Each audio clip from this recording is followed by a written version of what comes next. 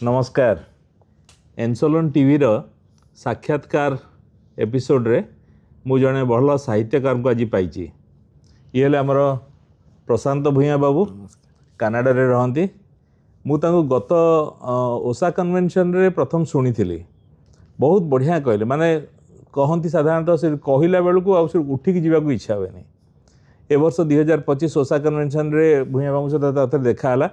मु ताकू कहली आपण टिके कहंतु साधारणतः आम देखुचे आमर साहित्य चर्चा को जाऊे साहित्य चर्चार कथा शुणुचे तेणु प्रथम टिके भूया को पचारिबा जे सी कहे एक्चुअली आजिकाली वर्तमान जो स्टेटस जाइए कविता पाठ होउची बा साहित्य चर्चा होउची सेटा को स्टैंडर्ड रो आपण भूया टी कहिबे कोन वर्तमान जो साहित्य चर्चा और सब चलची केन सब चलची आजिकाली। मु प्रथम रु कहि रखे जे जेतेबेले साहित्यर कथा आसे साधारण भाव में देवकी बाबू आम भाविबा मु कहे सहित अर्थ ही साहित्य। जदि आमर हितर सी नहीं सी साहित्य नहीं।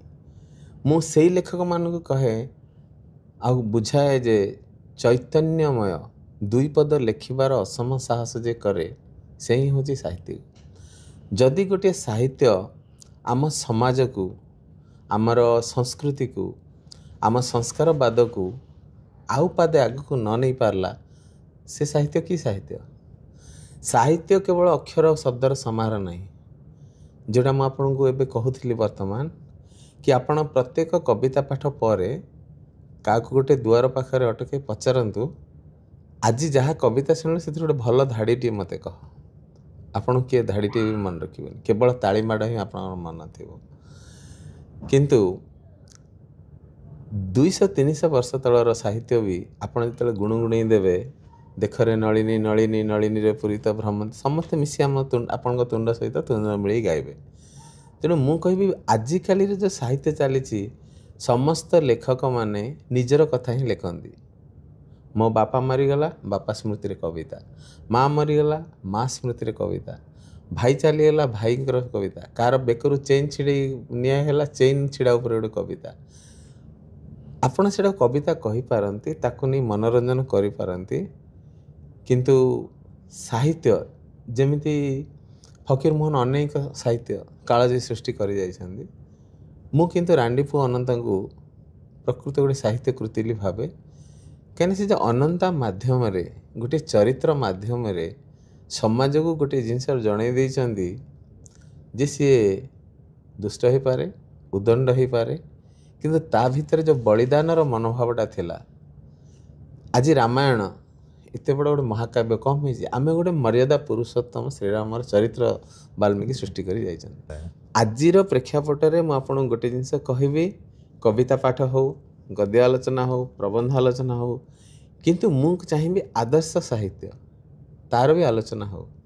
ए प्रसंग रे अनेक भाषाविद अनेक साहित्य प्रेमी मते कहती जे एटा जटिल होची सेथिर अलंकरण सब अच्छी। मु कहे शुणु छोट पिला जो जन्म हुए ताको आम क्षीर पियाऊ सी आउ टिके बड़ हेले ताको सिझा आलू चकुटा डाली चकुटा कर खुआऊ आउ टिके बड़ हेले माछ भजा टे दो आउ टिके बड़ हेले मटन दो बा छेली मांस दो एमती कहीं करूँ तार बयस आ जीर्ण दृष्टि भंगी नहीं आम ताको सब खुआई पिऊ सेमती आम पाठक को खोजा गोटे सरल पाठक ताकू सरलीकृत कर गोटे कविता कहवा तापाई हुए आम नंदकिशोर बल कविता टी शुणी पार आस आस पर जड़िक मोर पिंडारे बस सी बुझीपर आम जदि गोटे चषा भूषा ताकू कहवा उपेन्द्र भंजर गीत मल्ली माଳ श्याम को देवी मन तोषिबी सी बुझीब किंतु ताकू जदि आप जमक राजा चौतीसा कहे सी कौन बुझीब।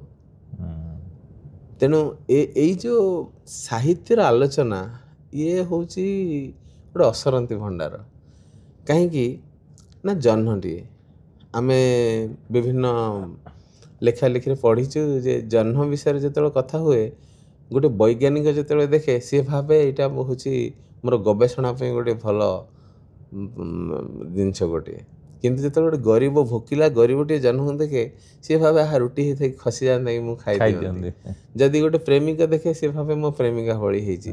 तेणु दृष्टिभंगी तेणु मु कहबी आपणकर प्रथम प्रश्न को पुणी थे मुझे आसबि साहित्यिक मान निजर दृष्टिभंगी बदलांतु ଆଚ୍ଛା ନିଜ ବାପା ମା ଭାଇ ଭଉଣୀ ପାଇଁ କବିତା ଲେଖନ୍ତୁ, ସେଥିରେ କିଛି ଦୋଷ ନାହିଁ।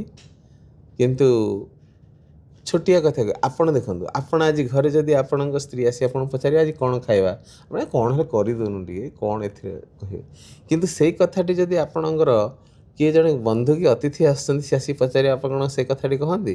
ଆପଣ କ'ଣ କହନ୍ତି? ଆରେ ମୁଁ ଯାଉଛି ବଜାରରୁ ଟିକେ ରୋହି ମାଛ ଟିକେ ଆଣିବି, ଟିକେ ଆମ୍ବିଳା ଟିକେ କର, ସେଇଦିନ କଷାଟା ଯେଉଁ କରିଥିଲ ଟିକେ କର। ଆପଣ ଅନ୍ନ ବ୍ୟଞ୍ଜନର ଗୋଟେ ମାନେ ଢେର ବନେଇଦେବେ ଯେ ଏତି ହେବ। ସେ ଆପଣ ସେତେବେଳେ ଦେଖିବେନି କି ସ୍ତ୍ରୀଙ୍କର ସମୟ ଅଛି କି ନାହିଁ, ସେ କରିପାରିବେ କି ନାହିଁ। ଠିକ୍ ସେମିତି ଆମେ ଯେତେବେଳେ ସାହିତ୍ୟ ସଭାକୁ ଆସୁଛେ, ମୁଁ ସମସ୍ତଙ୍କର ଉଦାହରଣ ଦେବି। ଆମେ ଯେତେବେଳେ ସାହିତ୍ୟ ସଭାକୁ ଆସୁଛେ, କବିତାଟିଏ ପଢ଼ିବାକୁ, ଆପଣ କେଉଁ କବିତାଟି ବାଛୁଛନ୍ତି? ଆପଣ ଓଲଟେଇ ଆପଣଙ୍କ ପୃଷ୍ଠା ଯାଉଛନ୍ତି, ଆପଣ ହିଁ ସବୁ କବିତା ଲେଖିଛନ୍ତି। ଆପଣ ଯେଉଁ ଭାତ ହାଣ୍ଡିରୁ ଗୋଟିଏ ଭାତ ହିଁ ଚିପାଯାଏ ବୋଲି ଆମେ କହୁଛେ, ଆପଣ ସେମିତି କେଉଁ ହେଲେ କବିତାଟିଏ ନେଇ କାହିଁ ପଢ଼ୁନାହାନ୍ତି? ଆପଣ ଭାବୁଛନ୍ତି କହିଲା ବେଳେ ଦେଖନ୍ତୁ, ଆଜି ଆପଣ ସାହିତ୍ୟ ଚର୍ଚ୍ଚା ଦେଖିଥିବେ କି ଅନନ୍ୟ ଅଙ୍ଗଭଙ୍ଗୀରେ ସବୁ କହିଲେ, ମୁଁ ମୋର ଗୋଟିଏ ଭଲ କବିତାଟି ଆଜି ବାଛିଛି, ତାମାନେ ତମର ଅନ୍ୟ ସବୁ କବିତା ଖରାପ। ଆପଣ ଯେତେବେଳେ ନିର୍ଦ୍ଧାରିତ କରି କହୁଛନ୍ତି ଯେ ମୁଁ ଆଜି ଗୋଟିଏ ଭଲ କବିତାଟି ପଢ଼ୁଛି, ତାମାନେ ଆପଣ ଅନ୍ୟ କବିତା କ'ଣ ଖରାପ? ମୋତେ ଥରେ ଜଣେ ପ୍ରଶ୍ନ ପଚାରିଲେ, ପ୍ରଭୁ ବାବୁ ଆପଣ ସେଇଠି ଲେଖାକୁ କବିତାଟିଏ ପଠାଇ ନାହାନ୍ତି? ମୁଁ କହିଲି ମୁଁ ଏମିତି ସେମିତି ଜାଗା ଦେଖି ପଠାଇ ଦିଏନି। ମାନେ କାହିଁକି? ମୁଁ କହିଲି ଦେଖନ୍ତୁ, ଆପଣ ଯେତେବେଳେ ଆପଣ ଝିଅର ବାହା ଦିଅନ୍ତି କ'ଣ ଦେଖନ୍ତି? ପୁଅର ଚରିତ୍ର ଦେଖନ୍ତି, ତାଙ୍କର ଶାଶୁ ଶ୍ୱଶୁର କେମିତି ଅଛନ୍ତି, ସ୍ୱଚ୍ଛଳ କି ନାହିଁ, ମୋ ଝିଅଟି ଗଲେ ଶାନ୍ତିରେ ଚଳିବ କି ନାହିଁ, ଭଲରେ ହେବ କି ନାହିଁ। ମୁଁ ସେମିତି ସବୁ ଦେଖେ। ସେ କବିତା ମୁଁ ଦେଉଛି କାହାକୁ? ସେ କବିତାର ସମ୍ପାଦନ କରିବ କିଏ? ତାର ଯଦି କିଛି ଭୁଲ ଭଟକା ଅଛି, ହର୍ଷ ଦୀର୍ଘ ହର୍ଷ ଦୀର୍ଘ ଅଛି, ସେଗୁଡ଼ା କିଏ ଠିକ୍ କରିବ? ମୁଁ ଏସବୁ ଜିନିଷ ଦେଖିଦିଏ। ମୁଁ ଯଦି ଜାଣିବିନି ଯେ ତାର ସମ୍ପାଦକ କିଏ, ମୁଁ ଯଦି ଜାଣିବିନି ତାକୁ ତ୍ରୁଟି ଯେଉଁ ସଂଶୋଧନ କିଏ କରିବ, ମୁଁ ସେଠି ନିରାପଦ ମଣେନି। କାହିଁକିନା ମୁଁ ମୋ ରଚନାକୁ ମୋ ନିଜ ପୁଅ ଝିଅ ଭଳି ଭାବେ। ତେଣୁ ଆଜିର ସାହିତ୍ୟ, ମୁଁ ଯେତେବେଳେ ସମାରୋହରେ ବସେ, ଏମିତି ନାହିଁ କି ସମସ୍ତେ ଖରାପ ପଢ଼ନ୍ତି କି ଏମିତି ନାହିଁ କି ସମସ୍ତେ ଭଲ ପଢ଼ନ୍ତି। ମୁଁ ସାହିତ୍ୟ ଭିତରେ ଖୋଜେ ମୋତେ ସିଏ କ'ଣ ଦେଲା। ମୁଁ ଯେତେବେଳେ ଏ କୋଠରୀରୁ ବାହାରକୁ ଯିବି, ମୁଁ ମୁଣ୍ଡରେ ଆଉ ଦୁଇ ପଦ କ'ଣ ଅଧିକା ଧରିକି ବାହାରକୁ ବାହାରୁଛି। ଯଦି ମୁଁ କାଲି ଜୟନ୍ତ ମହାପାତ୍ରଙ୍କ ବୃତ୍ତଚିତ୍ର ଟିକେ ଦେଖୁଥିଲି, ତାଙ୍କୁ କିଏ କହିଲା ଆପଣ ତ ଶବ୍ଦ ଆଉ ଇଏର, ସେ କହିଲେ ଏ ଶବ୍ଦ ଏଗୁଡ଼ା ସବୁ ବେକାର, କିଛି ନାହିଁ, ନୀରବତା ହିଁ ହେଉଛି ସବୁ କିଛି। ଆଜିର କବିଟିଏ ନୀରବତା ନେଇ ଭାବୁଛି କି? ସିଏ ନୀରବତା ନେଇ ସେ ଭାବେନି। ସିଏ କ'ଣ ଦେଖେ, ଆଜି କ'ଣ ଦେଖି କବିତା ଲେଖିବି, ସିଏ ମାନେ ଉତ୍କ୍ଷିପ୍ତ ହେଇକି ସେ କବିତା ଲେଖେ। ଆଜି ଯଦି କଟକର କେଉଁ ବଜାରରେ କି ଚେନ୍ରେ ଛିଡ଼େଇ ଦେଲା, ତାକୁ ନେଇ ଗୋଟେ ସେ କବିତା ଲେଖିବ। ବସ୍ରେ ଯଦି ଆକ୍ସିଡେଣ୍ଟ ହେଲା, ଆପଣ ଦେଖନ୍ତୁ ଯେତେବେଳେ ଆମର ଏ ଯେଉଁ ବିମାନ ଦୁର୍ଘଟଣା ହେଲା, 171 ଜଣ ମଲେ କି 42 ଜଣ ମଲେ କି 50 ଜଣ ମଲେ, ସମସ୍ତେ କବିତା ଲେଖିଲେ। ଆପଣ ଫେସବୁକ୍ ଦେଖନ୍ତୁ, ହ୍ୱାଟ୍ସଆପ୍ ଦେଖନ୍ତୁ, ସବୁଥିରେ ଖାଲି କବିତା ମାଳମାଳ ଭାସିଲା। ସମସ୍ତେ ଶ୍ରଦ୍ଧାଞ୍ଜଳି ଜ୍ଞାପନ କଲେ, ସମସ୍ତେ ସବୁ କଲେ। କବିତା କ'ଣ ସେଥିରେ ହୁଏ? କବିତା ଗୋଟିଏ ଲୋକ ଲେଖିଥିଲା, ବାଲ୍ମୀକି। ଯେତେବେଳେ କ୍ରୌଞ୍ଚ ଯୁଗଳଙ୍କର ନିଧନ ପରେ ବ୍ୟାଧ ଯେତେବେଳେ ତାଙ୍କୁ ମାରିଦେଇଥିଲା, ତାଙ୍କର ସ୍ୱତଃ ଭାବେ ବାହାରେ ପଡ଼ିଥିଲା କବିତା। ସେଇ କବିତାକୁ ନେଇ ଆମେ ତାଙ୍କୁ କହିଦେଲେ ଆଦି କବି, ସିଏ ହେଉଛନ୍ତି ପୃଥିବୀର ପ୍ରଥମ କବି। କିନ୍ତୁ ସିଏ ଯେତେବେଳେ ବସିକି ସ୍ଥିର ଚିତ୍ତରେ ଭାବିଲେ ଯେ ମୋତେ ଆଦିକବି କହିଲେ, ମୁଁ ତ ବଡ଼ ଭୁଲ କରିଦେଲି। ଗୋଟେ କ୍ରୌଞ୍ଚ ଯୁଗଳର ନିଧନକୁ ନେଇ ମୁଁ କବିତା ଲେଖିଲି। କବିତା ଅମୃତମୟ ହେବା କଥା, କବିତା ଜୀବନ୍ତ ହେବା କଥା। ମୁଁ ଗୋଟେ ମୃତ୍ୟୁକୁ ନେଇ କବିତା ଲେଖିଲି, ଗୋଟେ ହତ୍ୟାକୁ ନେଇ କବିତା ଲେଖିଲି, ହେଲେ ମୁଁ କି ଆଦିକବି ହେଲି? ସେତେବେଳେ ମୁଁ କେଉଁଠି ଗୋଟେ ପଢ଼ିଥିଲି, ଲେଖା ହେଇଥିଲା, ନାରଦ ଦାସୀ ତାଙ୍କୁ ବୁଝେଇଲେ, ତୁମେ ସେଇ କବିତାଟି ବାରମ୍ବାର ପଢ଼। ସେ ଅନେକ ଥର ପଢ଼ିବା ପରେ ଗୋଟେ ଅର୍ଥ ବାହାରିଲା ଯେ ରାମଙ୍କ ବିଷୟରେ ବାହାରିଲା, ଗୋଟେ ମର୍ଯ୍ୟାଦା ପୁରୁଷୋତ୍ତମଙ୍କର ଅର୍ଥ ବାହାରିଲା। ଯେମିତି କବିତାର ଉପେନ୍ଦ୍ର ଭଞ୍ଜଙ୍କର ଯମକ ଆମେ ପଢ଼ିଲେ ବିଭିନ୍ନ ଅର୍ଥ ସବୁ ବାହାରେ। ଆମେ କହୁ ବିଭୂଷଣ ପୁଷ୍ପେ ଜାକାନ୍ତି ଜାଣ, ବିଭୂଷଣ କରି କନ୍ୟା କ'ଣ, ବୀର ଅର୍ଥ ବିହୀନ, ବୀର ଅର୍ଥ ବିଶେଷ। ତେଣୁ ଆପଣ କେଉଁ ଦିଗରେ ଭାବୁଛନ୍ତି, ଯେଉଁ କନ୍ୟା ବିନା ଭୂଷଣରେ ସୁନ୍ଦର, ତାକୁ ଆଜି ବିଶେଷ ଭୂଷଣ କରି ଆଣ, କାହିଁକିନା ଆଜି ତାର ବାହାଘର। ବାରଣସୀରେ ପଦ ଦେଇ ଆସୁ, ବରଣ କରି ରାମ ନାତୁସୁ। ବାରଣ ମାନେ ଆମେ ଏରୁଣ୍ଡି ବନ୍ଧ କହୁଛୁ, ଏରୁଣ୍ଡି ବନ୍ଧରେ ପାଦ ଦେଇକି ଆସୁ, ବରଣ କରିକି ରାମା ମନତୁସୁ, ରାମ ଆଉ ରାମା। ତେଣୁ ଆମେ ଏଇ ଯେଉଁ ଶବ୍ଦର କୁହୁକ, ଏ ଯେଉଁ ଶବ୍ଦର କିମିଆ ବୁଝିବାକୁ ପଡ଼ିବ। ମୋତେ କିଏ କହେ ରାଧାନାଥ ରଥ ରାୟ ଭଲ କି ଉପେନ୍ଦ୍ର ଭଞ୍ଜଙ୍କର ଲେଖା ଭଲ। ମୁଁ କହେ ଶୁଣନ୍ତୁ, ବର୍ତ୍ତମାନ ଆମେ ଖାଇବା ଅନ୍ନ ବ୍ୟଞ୍ଜନର କଥା ହେଉଛେ। ଆପଣ କହେ ଆମ୍ବିଳା ଭଲ କି ଘାଣ୍ଟ ତରକାରୀ ଭଲ, କ୍ଷୀରି ଭଲ କି ପୁଳି ଭଲ। ସବୁ ଜିନିଷର ଗୋଟେ ଅଲଗା ସ୍ୱାଦ ଅଛି। ନିଶ୍ଚୟ। କବିତା ସେମିତି ହେଉଛି ଆମର ମନ ପାଇଁ, ଆମ ଆତ୍ମା ପାଇଁ ଗୋଟେ ଅନ୍ନ ବ୍ୟଞ୍ଜନ। ଆପଣ କ'ଣ ନେଇ ତୃପ୍ତି ହେଉଛନ୍ତି? ଗଜଲ ଦେଖନ୍ତୁ, କିଏ ଜଗଜିତ ସିଂର ଗଜଲ ଭଲ ପାଉଛି, କିଏ ଗୁଲାମ ଅଲିଙ୍କ ଗଜଲ ଭଲ ପାଉଛି, କିଏ ପଙ୍କଜ ଦାସଙ୍କ ଗଜଲ ଭଲ ପାଉଛି। କିନ୍ତୁ ଆପଣ ସେ ଭିତରେ ଗୋଟେ ଜିନିଷ ଦେଖୁଛନ୍ତି, ସେଇ ଗଜଲଟି, ଗଜଲ ହିଁ ସମସ୍ତେ ଗାଉଛନ୍ତି। ସେମିତି କବିତା ସମସ୍ତେ ଲେଖୁଛନ୍ତି, ସେଇ ଉପେନ୍ଦ୍ର ଭଞ୍ଜ ଲେଖୁଛନ୍ତି, ସେଇ ରାଧାନାଥରେ ଲେଖୁଛନ୍ତି, କିଏ କେଉଁ ଭଙ୍ଗୀରେ ପଢ଼ୁଛନ୍ତି, ସେଇଟା ହିଁ ହେଉଛି ଗୁରୁତ୍ୱପୂର୍ଣ୍ଣ। ତାପରେ ଆମେ ଯେତେବେଳେ, ମୁଁ ଦେଖୁଛି ଅନେକ ଲୋକ ଜଗନ୍ନାଥଙ୍କ ଉପରେ ଅଜସ୍ର ବ୍ୟାଖ୍ୟା ପ୍ରଦାନ କରନ୍ତି। ମୁଁ ତାଙ୍କୁ ପଚାରେ, ତମେ କ'ଣ ଜଗନ୍ନାଥଙ୍କୁ ସତରେ ବୁଝିଯାଇଛ? ସେମାନେ ସେତେବେଳେ ନୀରବ ହୁଅନ୍ତି। କାହିଁକିନା ମୋର ଏଠି ମନେ ପଡ଼େ, ପିଲାଦିନେ ବାପା ଗୋଟେ କଥା କହିଥିଲେ ଯେ ଥରେ ଜଣେ ପଣ୍ଡିତ ବିଦେଶ ଯାଇଥିଲେ, ତାଙ୍କୁ ଡକା ହେଇଥିଲା କିଛି ଭାଷଣ ଦେବା ପାଇଁ। ଆଉ ସିଏ ଏତେ ବିଖ୍ୟାତ ଥିଲେ ଯେ ତାଙ୍କ ନାଁରେ ସବୁ ଟିକେଟ୍ ସରିଯାଉଥିଲା। ସିଏ ଯେତେବେଳେ ସେ ହଲ୍କୁ ଗଲେ କହିବା ପାଇଁ, ସିଏ ଦେଖିଲେ କିଏ ନାହାନ୍ତି ଲୋକ। ଶିଖିଲାରେ ଏତେ ପଇସା ଦେଇ ଟିକେଟ୍ କାଟିଛନ୍ତି, ଲୋକ କାହାନ୍ତି? ନା ସାର୍, ସେ ଷ୍ଟାଡ଼ିୟମ୍ ପାଖରେ ଆଉ ଜଣେ କିଏ ଜଣେ କହୁଛନ୍ତି, ସେମାନେ ତାକୁ ଶୁଣିବାକୁ ଯାଇଛନ୍ତି। ସେ କହିଲେ ପଇସା ଦେଇ ଟିକେଟ୍ ଏଇଠି କାଟିଛନ୍ତି, ସେଇଠି ଶୁଣିବାକୁ ଯାଇଛନ୍ତି। ଆଶ୍ଚର୍ଯ୍ୟ କଥା, ସିଏ ବି ଗଲେ ଶୁଣିବା ପାଇଁ। ସିଏ ଦେଖିଲେ ବର୍ଷା ଝିପି ଝିପି ହେଉଛି, ଲୋକମାନେ ସେମିତି ଠିଆ ହେଇଛନ୍ତି, ସେ ଜଣେ କହୁଛନ୍ତି। ତାଙ୍କ ମନରେ ଟିକେ ଗର୍ବଜାତ ହେଲା। ସିଏ ଆସିକି କହିଲେ, ସିଏ ଏମିତି କ'ଣ ଅଧିକା ଜାଣିଦେଇଛି ଯେ ମଣିମୁଣ୍ଡିଆ ଭଳି ଗୋଟେ ଦିଶୁଛି, ସିଏ କ'ଣ କହିବ? ତେଣୁ ସିଏ ନୀରବରେ ଅତି ସଂଶୟରେ ରାତି କଟିଲା। ସକାଳେ ଗଲେ, ସେଇ ଲୋକ ପାଖକୁ ଗଲେ, ସିଏ ତାର ହୋଟେଲକୁ ଗଲେ, ତାର କବାଟ ଠକ୍ ଠକ୍ କଲେ। ସିଏ ଖୋଲିଲା, କ'ଣ ହେଲା ଆଜ୍ଞା? ନା ମୁଁ ତୁମ ସହିତ କିଛି କଥା ହେବାକୁ ଆସିଛି, କିଛି ପଚାରିବାକୁ ଆସିଛି। ଓ, ଆପଣ କିଛି ପ୍ରଶ୍ନ ନେଇ ଆସିଛନ୍ତି? ହଁ। କ'ଣ ନେଇ ଆସିଛନ୍ତି? ନା, ତମେ ଏମିତି କ'ଣ ଅଧିକ ଜାଣିଛ ମୋଠୁ ଯେ ଲୋକ ତମକୁ ଶୁଣିବାକୁ ଗଲେ, ଆଉ କିନ୍ତୁ ମୋତେ ଶୁଣିବାକୁ ଗଲେନି? ମୁଁ ଗୋଟେ ପୃଥିବୀର ବିଖ୍ୟାତ ବକ୍ତା। ଓହୋ, ଆପଣ ପଚାରୁଛନ୍ତି ମୁଁ କ'ଣ ଅଧିକ ଜାଣିଛି ବୋଲି। ଠିକ୍ ଅଛି। ସିଏ ତାଙ୍କୁ ଗୋଟେ କାଗଜଟେ ଦେଇଦେଲେ, ପେନ୍ ଗୋଟେ ଦେଲେ। ମୁଁ ଟିକେ ଗାଧେଇକି ଆସିଛି, ଆପଣ ଏଠି ଲେଖନ୍ତୁ ଆପଣ କ'ଣ ଜାଣିଛନ୍ତି। ମୁଁ ଆସିଲେ କହିଦେବି ଆପଣ କ'ଣ ଜାଣିନାହାନ୍ତି। ସେ ପଳେଇଲେ। ଇଏ ଲେଖିବାକୁ ଆରମ୍ଭ କଲେ। ଓକେ, ମୁଁ ଦର୍ଶନ ଜାଣିଛି। ତାପରେ କହିଲେ ଦର୍ଶନର ତ ସବୁ ଅଧ୍ୟାୟ ମୁଁ ଜାଣିନି। ସେ କାଟିଲେ। ସାହିତ୍ୟ ଜାଣିଛି, କାଟିଲେ। ବିଜ୍ଞାନ ଜାଣିଛି, କାଟିଲେ।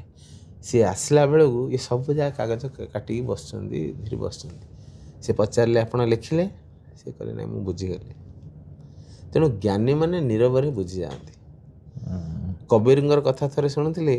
କବୀର ତାଙ୍କ ଶିଷ୍ୟଙ୍କୁ ଧରିକି ଯାଇଥିଲେ। ସେପଟୁ ଆଉ ଜଣେ ସାଧୁ ତାଙ୍କ ଶିଷ୍ୟଙ୍କୁ ଧରି କବୀରଙ୍କୁ ମିଶିବାକୁ ଆସିଥିଲେ। ଦୁଇ ଜଣ କୁଆଡ଼େ ମୁହାଁମୁହିଁ ହେଇକି ବସିଲେ। ଦୁଇ ଜଣଙ୍କର ଶିଷ୍ୟମାନେ ଅତି ଖୁସି ଯେ ଆଜି ଏମାନେ ପାଣ୍ଡିତ୍ୟପୂର୍ଣ୍ଣ କିଛି ବାର୍ତ୍ତାଳାପ କରିବେ, ଆମେ ଶୁଣିବା, ଶିଖିବା। ସେମାନେ ମୁହାଁମୁହିଁ ହେଇକି ବସିଛନ୍ତି।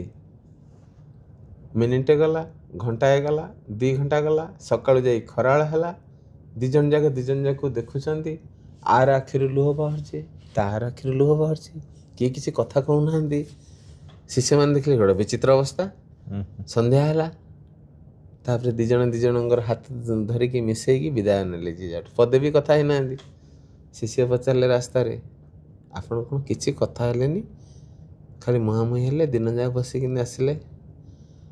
ସେଥିରେ ଗୋଟେ ଜିନିଷ କହିଲେ ଯେ ସେ ନୀରବତା ଭିତରେ ମୁଁ ତାଙ୍କୁ ବୁଝିଲି। ସେଇ ନୀରବତା ହିଁ ହେଉଛି ଆମର ସାହିତ୍ୟର ମୂଳମନ୍ତ୍ର। ଗୋଟେ କବିଟିଏ ନୀରବ ହେଇକି ରହୁ, ସିଏ ଭାବୁ। ମୁଁ ସମସ୍ତଙ୍କୁ ସଦାବେଳେ କହେ ଯେ ସେମାନେ ପଢ଼ନ୍ତୁ, ଅଧିକରୁ ଅଧିକ ପଢ଼ନ୍ତୁ। ଆଜ୍ଞା, ଓଡ଼ିଆରେ ଏତେ ବହି ଅଛି, ପଞ୍ଚସଖାଙ୍କ ବହି। ଆପଣ ଦେଖନ୍ତୁ, ଅଚ୍ୟୁତାନନ୍ଦ ଯେତିକି ବହି ଲେଖିକି ଯାଇଛନ୍ତି, ଆପଣଙ୍କୁ ନାଁ ପଚାରିଲେ ହେଲେ ଆପଣମାନେ କହିପାରିବେ। ପଢ଼ିବା ତ ପରର କଥା। ବଳରାମ ଦାସ ଭାବ ସମୁଦ୍ର ଲେଖିଛନ୍ତି। ସେ ବହିର ନାମକରଣ ଦେଖନ୍ତୁ, ଭାବ ସମୁଦ୍ର, ଭାବର ସମୁଦ୍ର। ସେ ଜଗନ୍ନାଥଙ୍କୁ ଅତି ଅନ୍ତରଙ୍ଗ ଭାବରେ ଭାବିକି ଲେଖିଛନ୍ତି। ହରି ହୋ, ସେ ଯେଉଁ ଆପଣ ସେଟା ଗାଇଲେ ଆପଣଙ୍କୁ ଲାଗିବ ଓହା, ମୁଁ କ'ଣ ଗାଉଛି ବୋଲି। ଭଗବାନଙ୍କର ଯେତିକି ସବୁ ଭୁଲ ଭଟକା ସେ ଦର୍ଶାଇଛନ୍ତି ପଦ ପଦ କରି। ଏପଟେ କହୁଛନ୍ତି ମୁଁ ତୋର ଭକ୍ତ, ଏପଟେ କହୁଛନ୍ତି ମୁଁ ତୋର ଅଧମ। ସବୁ କହୁଛନ୍ତି ଆରେ ଜଗନ୍ନାଥଙ୍କୁ ଦୋଷ ଦେଉଛନ୍ତି ଯେ ତୁ ଏମିତି କଲୁ କେମିତି ଠିକ୍ ହେଇଗଲା, ମୋତେ କାହିଁକି ରାଜା ମୋତେ ବାଡ଼େଇକି ରଥରୁ କାହିଁକି ଧକ୍କା ମାରିକି କାଢ଼ା ହେଲା। ତେଣୁ ଗୋଟେ କବି ତାର ଭାବର ପରିପ୍ରକାଶ କେମିତି କରୁଛି ଦେଖନ୍ତୁ। ଆମର ଉପେନ୍ଦ୍ର ଭଞ୍ଜଙ୍କର ଯେଉଁ ବି କାବ୍ୟ କବିତା ପଢ଼ିବେ ସେଥିରେ ତୁଳନାତ୍ମକ ଜିନିଷ ଗୁଡ଼ିକ ବହୁତ ଗୁଡ଼ିଏ ଭଲରେ ଥାଏ। ଗଙ୍ଗାଧର ମେହେରଙ୍କ ପଢ଼ାନ୍ତୁ ପ୍ରକୃତି ବର୍ଣ୍ଣନା ତାଙ୍କର ଥାଏ। ନନ୍ଦକିଶୋର ବଳଙ୍କର ସରଳତା ଦେଖନ୍ତୁ। ଅଭିମନ୍ୟୁ ସାମନ୍ତ ସିଂହର ଭକ୍ତି ଭାବ ଭକ୍ତି ଯୋଗୁଁ ମାନେ ସେ କେଉଁ ସ୍ତରର। ତେଣୁ ଆପଣ ଏଇସବୁ ନ ବୁଝିକି ମୁଁ ଦେଖୁଛି ଯେଉଁମାନେ ସାହିତ୍ୟ ପାଠ୍ୟକ୍ରମରେ ଯାହା ଥିଲା କବିତା ଅଭିମନ୍ୟୁ ସାମନ୍ତ ସିଂହ ହଉ ଗୋପାଳକୃଷ୍ଣ ହଉ ଏମାନଙ୍କର ଚାରିପଦ ପଢ଼ିକି ସେମାନେ ଭାବୁଛନ୍ତି ସେମାନେ ତାକୁ ପଢ଼ିଦେଲେ। କିନ୍ତୁ କଥା ହେଉଛି ଏ ପର୍ଯ୍ୟନ୍ତ ଆମେ ଆମର ଯୁଗପୁରୁଷ ସାହିତ୍ୟ ସ୍ରଷ୍ଟାମାନଙ୍କୁ ଭଲରେ ପଢ଼ିପାରି ନାହୁଁ। କାହିଁକିନା ଦେଖନ୍ତୁ ଆପଣ ଯଦି ମୋ ବିଷୟରେ ଜାଣିଲେ ଭଲରେ ଆପଣ ଯାଇ ଆଉ ଜଣେ କହିଲେ ପ୍ରଶାନ୍ତଟା ଏମିତି ପିଲାଟା ଭଲଟା ସିଏ ଲେଖୁଛି, ଆପଣଙ୍କର ଖୁସି ଲାଗୁଛି, ଆପଣ କହୁଛନ୍ତି। ମୁଁ ଆମର କବି ବନ୍ଧୁମାନଙ୍କୁ କି ସାହିତ୍ୟିକ ବନ୍ଧୁମାନଙ୍କୁ ପଚାରିବି ସେମାନେ ଆମର କେତେ ଜଣଙ୍କ କବି ବିଷୟରେ କାହାକୁ କାହାକୁ କହିଛନ୍ତି। ଆପଣ ଦେଖନ୍ତୁ ଇଂରାଜୀରୁ ବହୁତ ବହି ଓଡ଼ିଆରେ ଅନୁବାଦ ହେଇଛି, ଓଡ଼ିଆରୁ କେତେଟା ବହି ଇଂରାଜୀରେ ଅନୁବାଦ ହେଇଛି କୁହନ୍ତୁ। ଯଦି ଆପଣ ଓଡ଼ିଆର ଯେତିକି ବହି ଅଛି ସେଇ ବହି ଗୁଡ଼ିକ ଯଦି ଅନୁବାଦ କରିବେ ବିଦେଶର ସମସ୍ତ ପାଠାଗାର ଭର୍ତ୍ତି ହେଇଯିବ। ଅଚ୍ୟୁତାନନ୍ଦ ସହସ୍ରାଧିକ ବହି ଲେଖିଛନ୍ତି, ବଳରାମ ଦାସ କେତେ ବହି ଲେଖିଛନ୍ତି, ଜଗନ୍ନାଥ ଦାସ ଲେଖିଛନ୍ତି, ସେମାନଙ୍କର ବହି ଆପଣ ପଢ଼ନ୍ତୁ। ମୁଁ ସେଥିପାଇଁ କହିଥିଲି ଯେ ଗୋଟେ ମା ତା ପୁଅକୁ କହିଲା ପୁଅ ସଂସ୍କୃତ ମୁଁ ବୁଝିପାରୁନି ଓଡ଼ିଆରେ ଟିକେ ଲେଖିବୁ। ସେ ପିଲାଟି ଭାଗବତ ଲେଖିଦେଲା। ଜଗନ୍ନାଥ ଦାସ କଥା କହୁଛି, ଜଗନ୍ନାଥ ଦାସଙ୍କ କଥା। ଆଚ୍ଛା, ଜଗନ୍ନାଥ ଦାସଙ୍କୁ ସେ କହିଲେ ସେ ହେଲେ ତା ପୂର୍ବରୁ ଆପଣ ଭାବନ୍ତୁ ଜଗନ୍ନାଥ ଦାସଙ୍କର ଜୀବନ କେମିତି ଥିଲା। ସେ କ'ଣ ରେଭେନ୍ସାରୁ ପାସ୍ ଆଉଟ୍ ହେଇଥିଲେ? ସେ କ'ଣ ହାର୍ଭାର୍ଡରୁ ପାସ୍ ଆଉଟ୍ ହେଇଥିଲେ? ସିଏ ଗୋଟେ ସାଧାରଣ ବାଳକ ଆଜ୍ଞା, ଗାଁରେ ସମସ୍ତଙ୍କ ସହିତ ମିଶିକିରି ହସିକିରି ଖେଳୁଥିଲେ କି ବୁଲୁଥିଲେ କି କ'ଣ କରୁଥିଲେ। କିନ୍ତୁ ମା ଯେତେବେଳେ କହିଲେ ଯେ ପଣ୍ଡିତମାନେ ସଂସ୍କୃତରେ ପଢ଼ୁଛନ୍ତି ତାଙ୍କୁ ଟୋଲ ଦେବାକୁ ପଡ଼ୁଛି, ଆମେ ତ ବୁଝୁନୁ, ତେଣୁ ତୁ ତାକୁ ଓଡ଼ିଆରେ ଲେଖେ। ସିଏ ଓଡ଼ିଆରେ ଲେଖିଲେ, ଏମିତି ସେମିତି ଲେଖିଲେନି ଆଜ୍ଞା। ଗୋଟେ ଜାତିର ଗୋଟେ ବହି ମାନେ ଗ୍ରନ୍ଥ ଯେଉଁଟାକି ପୂଜ୍ୟ ଗ୍ରନ୍ଥ ହେଇକି ରହିଗଲା ଗୋଟେ ବହି। ସେ ବହି ଆରମ୍ଭ ହେଉଛି କ'ଣ? ନମଇ ନୃସିଂହ ଚରଣ। ନମଇ ଆମେ ଇଂରାଜୀରେ ଭର୍ବ କହୁଛେ, ଭର୍ବରୁ ଆରମ୍ଭ ହେଉଛି କବିତା। ଆପଣ ଦେଖିଛନ୍ତି କେଉଁଠି? ଶୁଣିଛନ୍ତି କି ଭର୍ବରୁ କ'ଣ ହେଉଛି? ଧାଉଁଛି ମୁଁ ପ୍ରତିଦିନ କହିକି ଲେଖୁଛି ନା ମୁଁ ପ୍ରତିଦିନ ଧାଉଁଛି।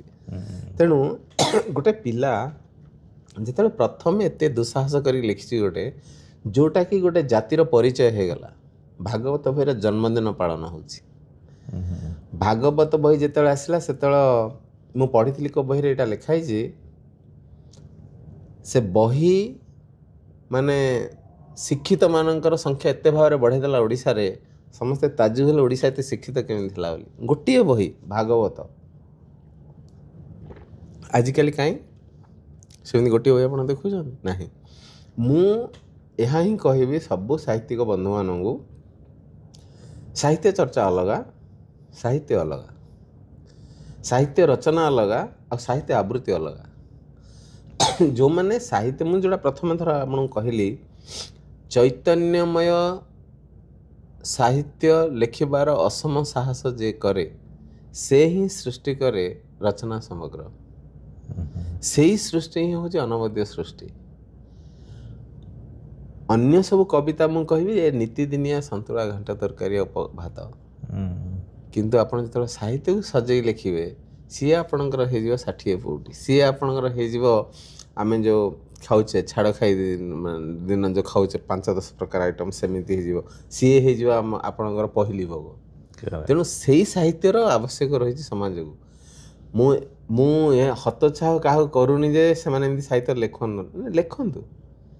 ସାହିତ୍ୟର ବିଭିନ୍ନ ସ୍ତର ଅଛି, ବିଭିନ୍ନ କ୍ରିୟା ପ୍ରକ୍ରିୟା ଅଛି।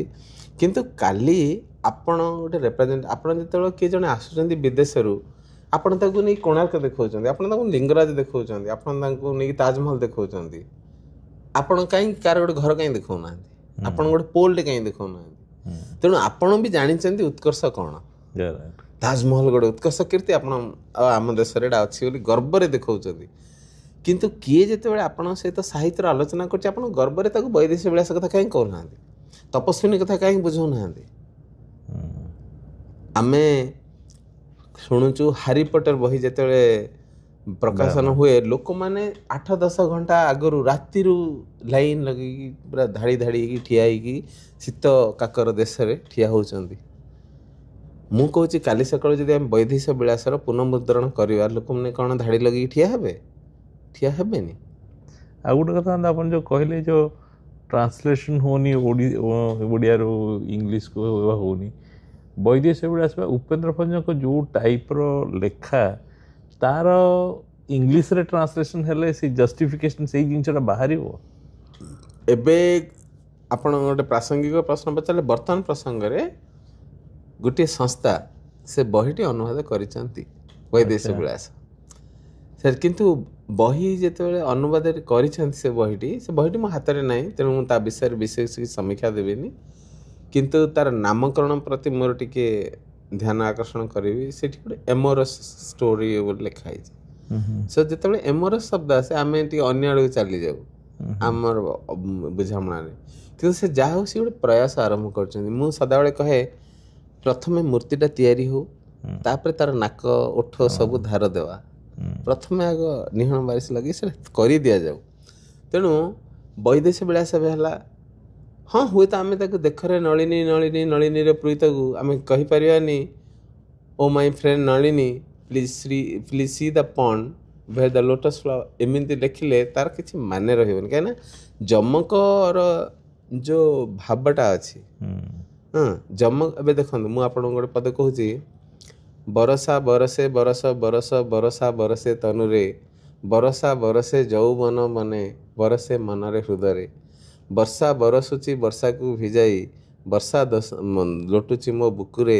वर्ष कर वर्षा बरसी जाऊँगी बरसा दंशुची ओठरे तेणु आपड़ जो यही जो शुणिले जिनसटी आपको इंग्राजी जब अनुवाद करा कौन हाँ कह वर्षा रेन वर्षा हार्ट तार किसी अर्थ आसो किंतु सेटा को आम जदि साधारण आपण कहे आप कौन गाइले मु किसी बुझीपारे मु जोटा बुझेबी आपन को सेही बुझामणाटा को ही इंग्लिश अनुवाद करहब किंतु मु जोटा गाइली ताको इंग्रजी अनुवाद करहब तेणु दैट डेस्क्रिप्टिव ट्रांसलेशन जोटा हम कहूँ डेस्क्रिप्शन रो ट्रांसलेशन हम तेणु ता प्रति गुरुत्व दिया जाए प्रथम बहीटी आसू एबे आमर जेती सब अच्छी एबे देखो मु कहि मन 6 मण 8 घंटा हम अनुवाद करवा किए पढ़िबो जो माने भारतीय वंशोद्भव कि जो माने गाँ गहली बढ़ी मनीष होती से माने बहुत सुंदर भाव बुझीपारे किंतु 6 मण 8 घंटार कहानी जदि नहीं कि आम एलन मस्क को शुणा से कौन बुझे से 2.5 एकर लैंड में एते नाटक से कह दिस इज नथिंग तेणु कथा हूँ को साहित्य आम क्या पाख को नौचे से साहित्यर पाठक किए ओडिशार वर्तमान सबुठु संकट परिस्थिति पाठक ना विरल पाठक पाठक माने वर्तमान A+ ग्रुप ब्लड हो जाइए विरल कहीं मु शेष पृष्ठ साहित्य चर्चार लिखी आज जन अक्षर शिखुची अक्षर शिखीदेला काली सकाल सी कवि हो जाऊँगी कवि होगला सी जदि गोटे प्रकाशक पाख गला प्रकाशक जदि कहला यहाँ बहुत संपादन आवश्यक एमती कविता लिखा जाए ये कि प्रकाशक सी निजे प्रकाशक हो जाऊँगी तेणु प्रथम दिन साहित्य शिखिला द्वितीय दिन कविता लिखला तृतीय दिन प्रकाशक है चतुर्थ दिन पुरस्कार पछरे गोड़ेला सी ओडिशार प्रायाधिक साहित्यिक पद्म आशारे सब व्यस्त आम ज्ञानपीठ मिल जाव आम पद्म मिल जाए मो साहित्य केन्द्र साहित्य एमती भी मुझे शुणी लोक मैंने 5टी बही छपई कम में एकाडेमिक गोटे दिहब क्या रेफरेन्स गोटे दिहब यही सब 5टी बही छपाई से केन्द्र साहित्य एकाडेमी पाइबार आशा रखुच तेणु साहित्यिक मानकर गति जदि यही स्तर को गलानी क्वालिटी कंप्रोमाइज जदि पुरस्कार पे मु लिखिबी साहित्य मु जदि ओसा कन्वेंशन आसी पढ़ी बोली साहित्य लिखिबी आगे मु से साहित्य को विश्वास करनी कि से साहित्य को नहीं कि समाज आगु जाई परबो नाही मते कालजयी साहित्य दरकार रांडीपु अनंत भली साहित्य दरकार आमको आम मधुबाबूंकर कथा समस्त को जनइबा दरकार मधुबाबू कौन करथिले आमको आमर ପାରଳା ମହାରାଜ କୃଷ୍ଣଚନ୍ଦ୍ର ଗଜପତିଙ୍କ କଥା ସମସ୍ତଙ୍କୁ ଜଣାଇବାକୁ ପଡ଼ିବ। ଦେଶ ବିଦେଶରେ ନେଇକି ଆମ କାହାଣୀ ଏବେ କାଲି ଆମର ଏଇଠି କନଭେନ୍ସନରେ ସାରଙ୍ଗଧର ଦାସଙ୍କ ବିଷୟରେ ଯେଉଁ ଡ୍ରାମାଟି କଲେ ଆଜ୍ଞା ସେଇ କାହାଣୀ ଲୋକମାନଙ୍କୁ ଶୁଣିବାକୁ ପଡ଼ିବ। କେତେ ଜଣ ଜାଣିଛନ୍ତି ସାରଙ୍ଗଧର ଦାସଙ୍କ ବିଷୟରେ? ତେଣୁ ଏଇ ଯେଉଁ ବିରଳ କୃତିତ୍ୱ ଏଇ ଯେଉଁ ବିରଳ କଥାକୁ ନେଇକି ଯେତେବେଳେ ଆମେ ଲେଖିବା, ଏବେ ଦେଖନ୍ତୁ ଉପେନ୍ଦ୍ର ଭଞ୍ଜ ବୈଦେଶ ବିଳାସ ଲେଖିଲେ, କ'ଣ ତା ଆଗରୁ ଆପଣ ରାମାୟଣ ପଢ଼ିନଥିଲେ? ହେଲେ ବୈଦେଶ ବିଳାସ କାହିଁକି ଏତେ ମନକୁ ଛୁଇଁଗଲା ସମସ୍ତଙ୍କର? କାହିଁକି ନା ସେଇ କାହାଣୀଟାକୁ ସିଏ ତାଙ୍କ ସ୍ୱକୀୟ ଢଙ୍ଗରେ ପ୍ରକାଶ କଲେ। ସିଏ ଯେଉଁ ଗୋଟେ ତାଙ୍କର ଗୋଟେ ଗୁମାନ ଥିଲା ଯେ ସମସ୍ତେ ଖାଲି ଭାବୁଛନ୍ତି ସଂସ୍କୃତ ଗୋଟେ ବଡ଼ ଭାଷା, ସଂସ୍କୃତ ପଣ୍ଡିତ ମାନେ ବଡ଼ ପଣ୍ଡିତ, ମୋ ଓଡ଼ିଆ ଭାଷା କ'ଣ ଏତେ ହୀନ? ସେଇ ଗୋଟିଏ ପିଲା, ରଜା ପିଲା, ସିଏ ରାଜକାର୍ଯ୍ୟକୁ ଧ୍ୟାନ ନ ଦେଇକିରି ସିଏ ଭାଷା ଶବ୍ଦ ଏମାନଙ୍କୁ ନେଇକି ଯେଉଁ ଖେଳ କୁହୁକ କିମିଆ କରିକି ଯାହା ଲେଖି ଦେଇଛନ୍ତି ଆମେ ତ ଆଜି ବୁଝିପାରୁନୁ ସେଟା ବସିକି। ତେଣୁ ମୋତେ ସେହି ସାହିତ୍ୟିକମାନଙ୍କର ଆବଶ୍ୟକ ଅଛି ଆଜ୍ଞା, ଯେଉଁ ସାହିତ୍ୟିକମାନେ ସମାଜକୁ କିଛି ଚେତନା ଦେବେ, ଯେଉଁମାନେ ଶଙ୍କା ଆଶଙ୍କା ସଂଶୟରେ ଜୀବନ କାଟୁଛନ୍ତି ତାଙ୍କୁ କିଛି ନୂତନ ରାସ୍ତା ଦେଖେଇବେ। ସାହିତ୍ୟ ମନକୁ ସରସର କରୁଥିବାର ଅଛି। ଖାଲି ମନ, ମୁଁ କହିବି ଆପଣଙ୍କୁ ଖାଲି ମୁଁ ହସି ହସି 10 ପଦ ଦିନ ଯାକ କଥା ହେବି, ମୋ ଘରକୁ ଆସିବେ, ମୁଁ ଆପଣଙ୍କୁ ଟିକେ ଯଦି ଚା ଟିକେ ଦେବିନି, ପାଣି ଟିକେ ଦେବିନି, ଖାଇବାକୁ ଦେବିନି, ଆପଣଙ୍କର ଭୋକରେ ବସି 8 ଘଣ୍ଟା ଶୁଣିବେ? ତେଣୁ ସାହିତ୍ୟ ସରସର କରୁ, ସାହିତ୍ୟ ଖୁସି ଦେଉ, କିନ୍ତୁ ତା ସହିତ ସାହିତ୍ୟ ସମାଜ ଗଠନରେ ପ୍ରମୁଖ ଭୂମିକା ନେଉ। ଆଉ ସେଇ ଯେଉଁ ସାହିତ୍ୟ ଲେଖିବା ସାହିତ୍ୟିକମାନେ ପ୍ରଥମେ ସାହିତ୍ୟ କ'ଣ ବୁଝନ୍ତୁ। ସେଥିପାଇଁ ମୁଁ ଏଥର ଶେଷ ଚର୍ଚ୍ଚାରେ ଆପଣଙ୍କର ଲେଖିଥିଲି ଯେ ସାହିତ୍ୟ ଗୋଟେ ଜିନିଷ ଆପଣ ଲେଖୁଛନ୍ତି, ମୁଁ ଯଦି ପଢ଼ୁଛି, ଆମେ ଦୁଇ ଜଣ ଯାକ ପ୍ରଥମେ ବୁଝିବାର ଅଛି ସାହିତ୍ୟ କ'ଣ। ମୁଁ ଆପଣଙ୍କୁ ବନ୍ଧୁକଟେ ଦେଇଦେବି, ଆପଣ ଏଇଟା କ'ଣ ବୋଲି ଇଆଡ଼ୁ ସିଆଡ଼ୁ ଦେଖି ଯଦି ଟ୍ରିଗରଟି ଚିପିଦେଲେ ବନ୍ଧୁକଟି ଫୁଟିଗଲା, ଆଉ ଜଣେ ମରିଯାଇପାରେ। ସାହିତ୍ୟ ଠିକ୍ ସେମିତି ବର୍ତ୍ତମାନ ଅଜଣା ଅଜ୍ଞାନୀ ମାନଙ୍କ ହାତରେ ପଡ଼ିଛି। ସେମାନେ କ'ଣ ଲେଖୁଛନ୍ତି, ତାର ଗତି କୁଆଡ଼େ ଯାଉଛି, ସମାଜରେ କ'ଣ ହେଉଛି। ମୁଁ ଏଇଟାକୁ ଭଜନ ପରିପ୍ରେକ୍ଷୀରେ କହିବି।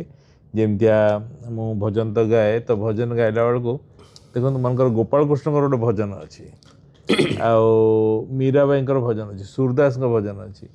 ତ ସେଇଗୁଡ଼ାକ ଏତେ ଭାବପୂର୍ଣ୍ଣ, ମାନେ ସେ ଖାଲି ଗାଇଲା ବେଳକୁ ଗୀତଟା 2 ସେକେଣ୍ଡରେ ମନକୁ ଭାବ ଆସିବ। ଆଜ୍ଞା। ତ ସେ ଗୋଟେ ସେ ପୁରୁଣା ଗୀତ ଅଛି, ଆ ପିଆ मेरे नैनन में, ମୋ ଆଖି ଭିତର मैं पलक ढाप तोहे लूं, ना मैं देखूं गैर को, ना तोहे देख न दूं।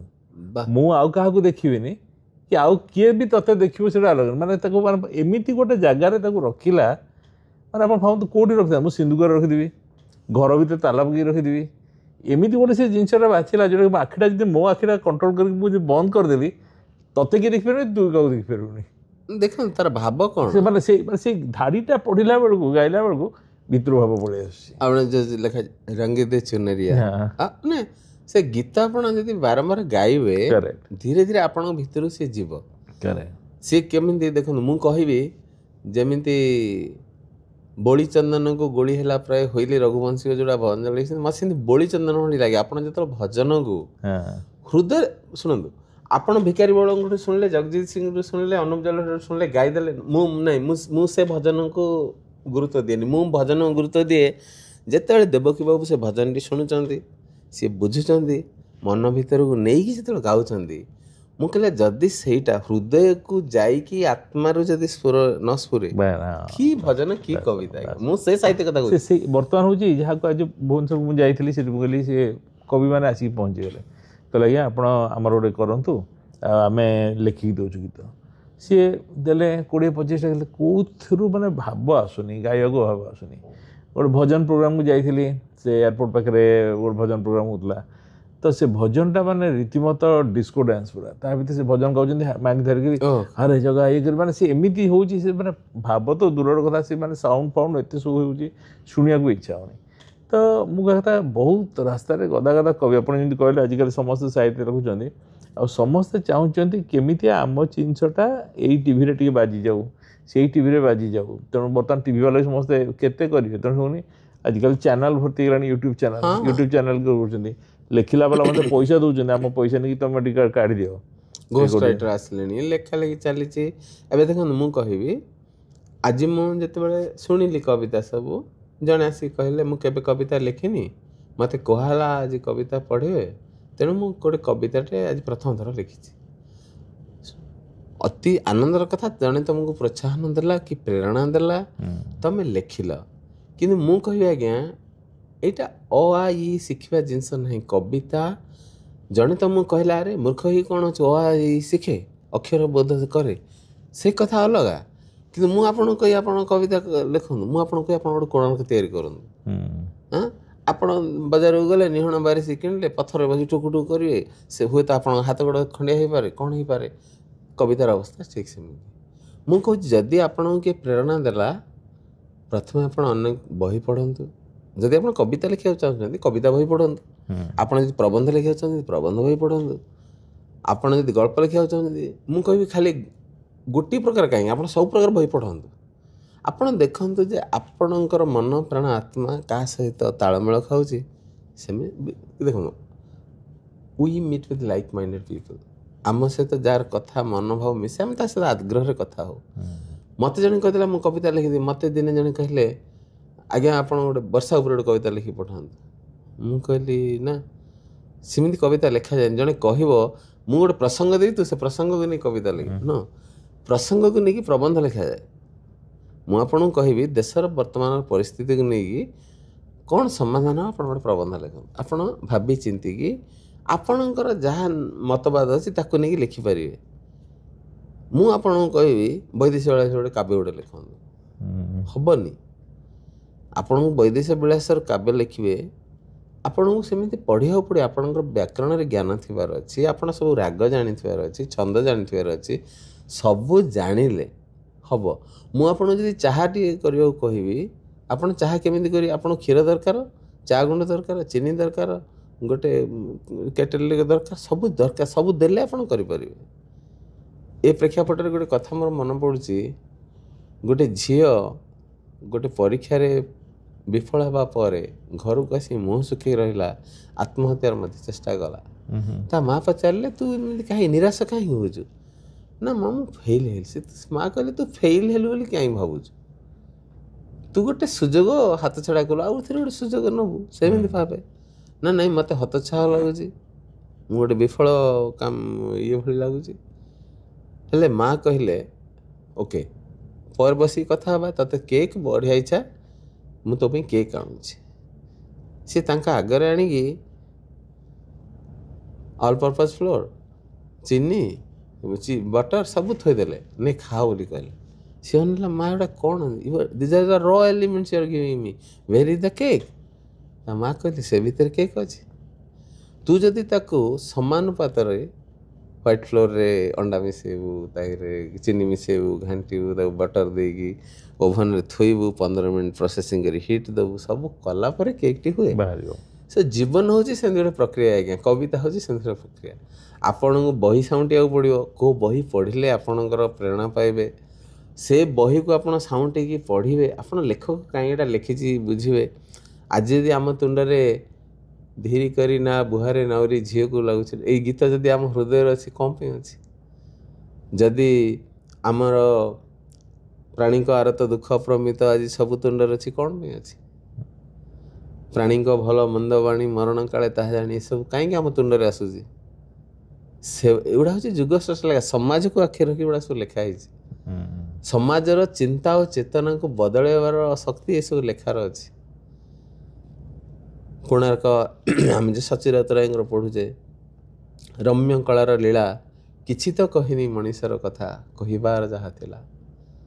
ଗୋଟେ କବିତା ଆଖିରେ କୋଣାର୍କକୁ ଦେଖୁଛି। କୋଣାର୍କ ହୁଏତ ବିସ୍ମୟ ହେଇପାରେ, ଉତ୍କର୍ଷ କଳାର ଉତ୍କର୍ଷ ହେଇପାରେ, କିନ୍ତୁ ମୋ କବି କ'ଣ କରୁଛି? ମୋ ସମାଜକୁ ସିଏ ଦେଖୁଛି। ମୋର ଓଡ଼ିଆ ସମାଜ ହେଉଛି ମଳିମୁଣ୍ଡିଆ ଚାଷୀମାନଙ୍କର ସମାଜ। ଏଠି ଖାଇବାକୁ ମିଳୁନି, ଏଠିକି ପିଇବାକୁ ମିଳୁନି। 12 ବର୍ଷ ଲାଗି 1200 ବଢ଼େଇ ଲାଗି ହଁ ଗୋଟେ କୀର୍ତ୍ତି ଠିଆ କରିଦିଆଗଲା, ମାତ୍ର ତାହା ସମାଜକୁ ଦେଲା କ'ଣ? ଆଜି ଯଦି କୋଣାର୍କ ତିଆରି ହେଲା ଆଜ୍ଞା, ସେଇଟା ଅତି ଆନନ୍ଦର କଥା। କାହିଁକି? ବର୍ତ୍ତମାନ ଟୁରିଷ୍ଟମାନେ ଆସିବେ, ଦେଖିବେ, ଦେଶ ପାଇଁ ପଇସା ଆସିବ, ଜାତିକୁ ଆମର ରେଭିନ୍ୟୁ ଜେନେରେଟ୍ ହେବ, ଆମେ ସେସବୁ କାମ କରିପାରିବା ରାଇଟ୍। କିନ୍ତୁ ଯେଉଁ ସମୟରେ ହେଇଥିଲା କୋଣାର୍କ, ସେତେବେଳେ ଟୁରିଷ୍ଟ କେତେଜଣ ଆସିଥିଲେ ଦେଖିବାକୁ କୋଣାର୍କ?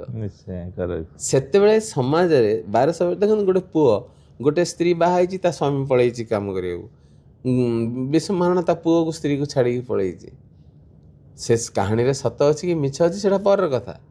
କିଏ କିଏ କହୁଛନ୍ତି ଧର୍ମପଦ ମିଛ କଥା, କିଏ କହୁଛି ଗୋଟେ ଛୋଟ ପିଲାଟେ କେମିତି ଅସମ୍ଭବ କଥା ସିଏ ଯାଇକି ସମୁଦ୍ର କୂଳରେ ବସେଇଦେଲା। ଆଜ୍ଞା, ଗୋଟେ କବି ଯେତେବେଳେ ଲେଖେ ସିଏ ସମ୍ଭବ ଅସମ୍ଭବ ଦେଖେନି, ସିଏ ତାର ମନୋଭାବଟାକୁ ରଖିଦିଏ। ମୁଁ କେଉଁ ଗୋଟେ ରାମାୟଣ ବହିରେ ପଢ଼ିଥିଲି, ରାମ ଯେତେବେଳେ ଜନ୍ମ ହେଲେ କି ଅବତାର ନେଲେ, ସ୍ୱର୍ଗର ଦେବତାମାନେ ଏତେ ଖୁସି ହେଲେ, ସେମାନେ ପୁଷ୍ପ ବର୍ଷଣ ଉପରୁ କରୁଛନ୍ତି। ଆପଣ କେବେ ଦେଖିଛନ୍ତି ଉପରୁ ଫୁଲ ପଡ଼ିବାର? କେବେ ଦେଖିନାହାନ୍ତି। କବି ଲେଖୁଛି, କବିର ଭାବନା ସେଇଟା, କିନ୍ତୁ ଆପଣ ସେ ଭାବନାରେ ବହିଦେଲେ ହେବନି। ଆପଣ ସେ ଯେଉଁ ଭିତର ଜିନିଷ, ଆପଣ ରାମାୟଣରେ ରାମଙ୍କର ଆଦର୍ଶ ଚରିତ୍ର ଦେଖନ୍ତୁ। ଆପଣ ଯଦି କହିବେ ହଁ ରାମଙ୍କର ଆଦର୍ଶ ଚରିତ୍ର କ'ଣ, ସୀତାଙ୍କୁ ତ ସେ ଅସତୀ ବୋଲି ମନ କରିକି ଅଗ୍ନି ପରୀକ୍ଷା ତାଙ୍କର ନେଇଥିଲେ, ଦଳେ ସମୀକ୍ଷକ ବାହାରିବେ ନାହିଁ, ସିଏ ସେଇଟା ସମାଜକୁ ଦେଖିବା ପାଇଁ କରିଥିଲେ। ସମାଜକୁ ଜଣେଇଥିଲେ ଯେ ମୋ ସ୍ତ୍ରୀକୁ ମଧ୍ୟ ମୁଁ ଏମିତି ପରୀକ୍ଷଣ କରୁଛି। ତେଣୁ ମୁଁ ସେଇଟା ଯେଉଁ କହିଲି, କେଉଁ ଦୃଷ୍ଟିଭଙ୍ଗୀରେ କିଏ ଦେଖୁଛି, ସ୍ଥାନ କାଳ ପାତ୍ରକୁ ନେଇକି ଆମ ସାହିତ୍ୟ ବର୍ତ୍ତମାନ ଚେତନାତ୍ମକ ହେଇଛି କି, ଏ ଜାତିକୁ ପ୍ରେରଣା ଦେଉଛି କି? ଯଦି ନାହିଁ, ଆମ ସାହିତ୍ୟିକମାନଙ୍କୁ ତାଙ୍କର ଦିଗ ବଦଳାଇବାକୁ ପଡ଼ିବ। ଆମ ସାହିତ୍ୟିକମାନଙ୍କୁ ଆଉ ଦସ୍ତର ଭାବିବାକୁ ପଡ଼ିବ। ଆମ ସାହିତ୍ୟକୁ ଏବେ ସନେଟ୍ ପଶିଲାଣି, ଆମ ସାହିତ୍ୟକୁ ଲିମେରିକ୍ ପଶିଲାଣି, ଆମ ସାହିତ୍ୟକୁ ହାଇକୁ ପଶିଲାଣି। ମଝିରେ ପଚାରିଲେ ଏଗୁଡ଼ା ସବୁ ଆପଣ ଆର ସପକ୍ଷରେ ଅଛନ୍ତି? ମୁଁ କହିଲି ଶୁଣନ୍ତୁ, ମୁଁ କାହା ବିପକ୍ଷରେ ନାହିଁ, କାହା ସପକ୍ଷରେ ନାହିଁ। ମୁଁ ଚାହୁଁଛି ମୋତେ ସାହିତ୍ୟ ପଢ଼ିବି। ଜଣେ ହାଇକୁ ଲେଖୁଛି, ମୁଁ ପ୍ରଥମେ ବୁଝିବାର ଅଛି ହାଇକୁ କ'ଣ। ସେଇଟା ଟିକେ ଦର୍ଶକମାନଙ୍କ ପାଇଁ ଟିକେ ବୁଝେଇଦେବେ, ଏଇ ଯେଉଁ ସନେଟ୍ ହାଇକୁ ଗୁଡ଼ା ସବୁ କ'ଣ? ହଁ, ଏଇ ଯେଉଁ ସନେଟ୍ ହାଇକୁ ଶୁଣନ୍ତୁ, ଆମର ଯେମିତି ଦେଖନ୍ତୁ, ଆମର ଚଉତିଶା ଆମେ ଲେଖୁଛୁ, ଆମର ଚଉତିଶା ଲେଖୁଛୁ, ଆମର ଚୌପଦୀ ଲେଖୁଛୁ କି ଦ୍ୱିପଦୀ ଲେଖୁଛୁ କି ଏକପଦୀ ଲେଖୁଛୁ। ସେମାନଙ୍କର ସେମିତି ବିଦେଶ ସଂସ୍କୃତିରେ ସେମାନେ ତାଙ୍କର ସନେଟ୍, ଲିମେରିକ୍, ହାଇକୁ ସବୁ ବିଭିନ୍ନ ଜିନିଷ କାଢ଼ିଛନ୍ତି। ହାଇକୁ ଜାପାନରେ ବହୁତ ଭଲ ଲେଖାଯାଏ, ଜାପାନରେ ବହୁତ ଅଛି। ଆମେ ତାକୁ କ'ଣ ଅନୁକରଣ କରୁଛେ? ମୁଁ କହେ ଅନୁକରଣ କର, ହନୁକରଣ କରନ। ଅନୁକରଣ କରିବାଟା ଭଲ, କିନ୍ତୁ ମୁଁ ଏଇଟା କହିବିନି ଆପଣ ସନେଟ୍ ଦେଖନ୍ତୁ, ଆପଣ ସନେଟ୍ ଓଡ଼ିଆରେ ଲେଖନ୍ତୁ। କେଜଣଙ୍କୁ ସନେଟ୍ ଲେଖିବାର ଶୈଳୀ ଭଲ ଲାଗେ, ତାଙ୍କ ଚିନ୍ତା ଓ ଚେତନାରେ ଯେଉଁ କବିତାର ଭାବ ଉଦ୍ରେକ ହୁଏ, ସେଇ କବିତା ଭାବକୁ ସନେଟ୍ ମିଳେ, ଆମେ ଯେଟା ସିଙ୍କ କହୁ। ସେ ଯେଉଁ ସଂଯୋଗଟା ତାଙ୍କର ଭଲ ହୁଏ, ତେଣୁକରି ସେମାନେ ଲେଖନ୍ତି। ମାତ୍ର ମୁଁ ତାକୁ ନେଇକରି ଓଡ଼ିଆର ଗୋଟେ ମହାନ କାବ୍ୟ ଗ୍ରନ୍ଥ ଅଛି ଏମିତି, ସେଇଟା ମୋତେ ବୁଝା ପଡ଼େନି। ସଉକ ଗୋଟେ ଅଲଗା କଥା। ଦେଖନ୍ତୁ, ଆପଣ ବଞ୍ଚିବା ପାଇଁ ଯଦି ଗୋଟେ IT ଚାକିରିଟେ କରୁଛନ୍ତି, ସେଥିରୁ 5 ପଇସା ଆପଣ ଘର ପୋଷୁଛି, ଆପଣ କହିବେ ମୋତେ ଡେଲି ସକାଳେ ହାଇକିଂ କରିବାକୁ ବଡ଼ ଇଚ୍ଛା, ହାଇକିଂରେ ଆପଣଙ୍କ ଘର ପେଟ ପୁରିବନି। ତେଣୁ ଏଇ ଯେଉଁ ଅନୁକରଣ ହନୁକରଣ ଭିତରେ ଆମକୁ ପ୍ରଫାତ ବୁଝିବାର ଅଛି, ସଉକ ଆଉ ସାଧନା ଏ ଭିତରେ ବି ଫରକ ବୁଝିବାର ଅଛି।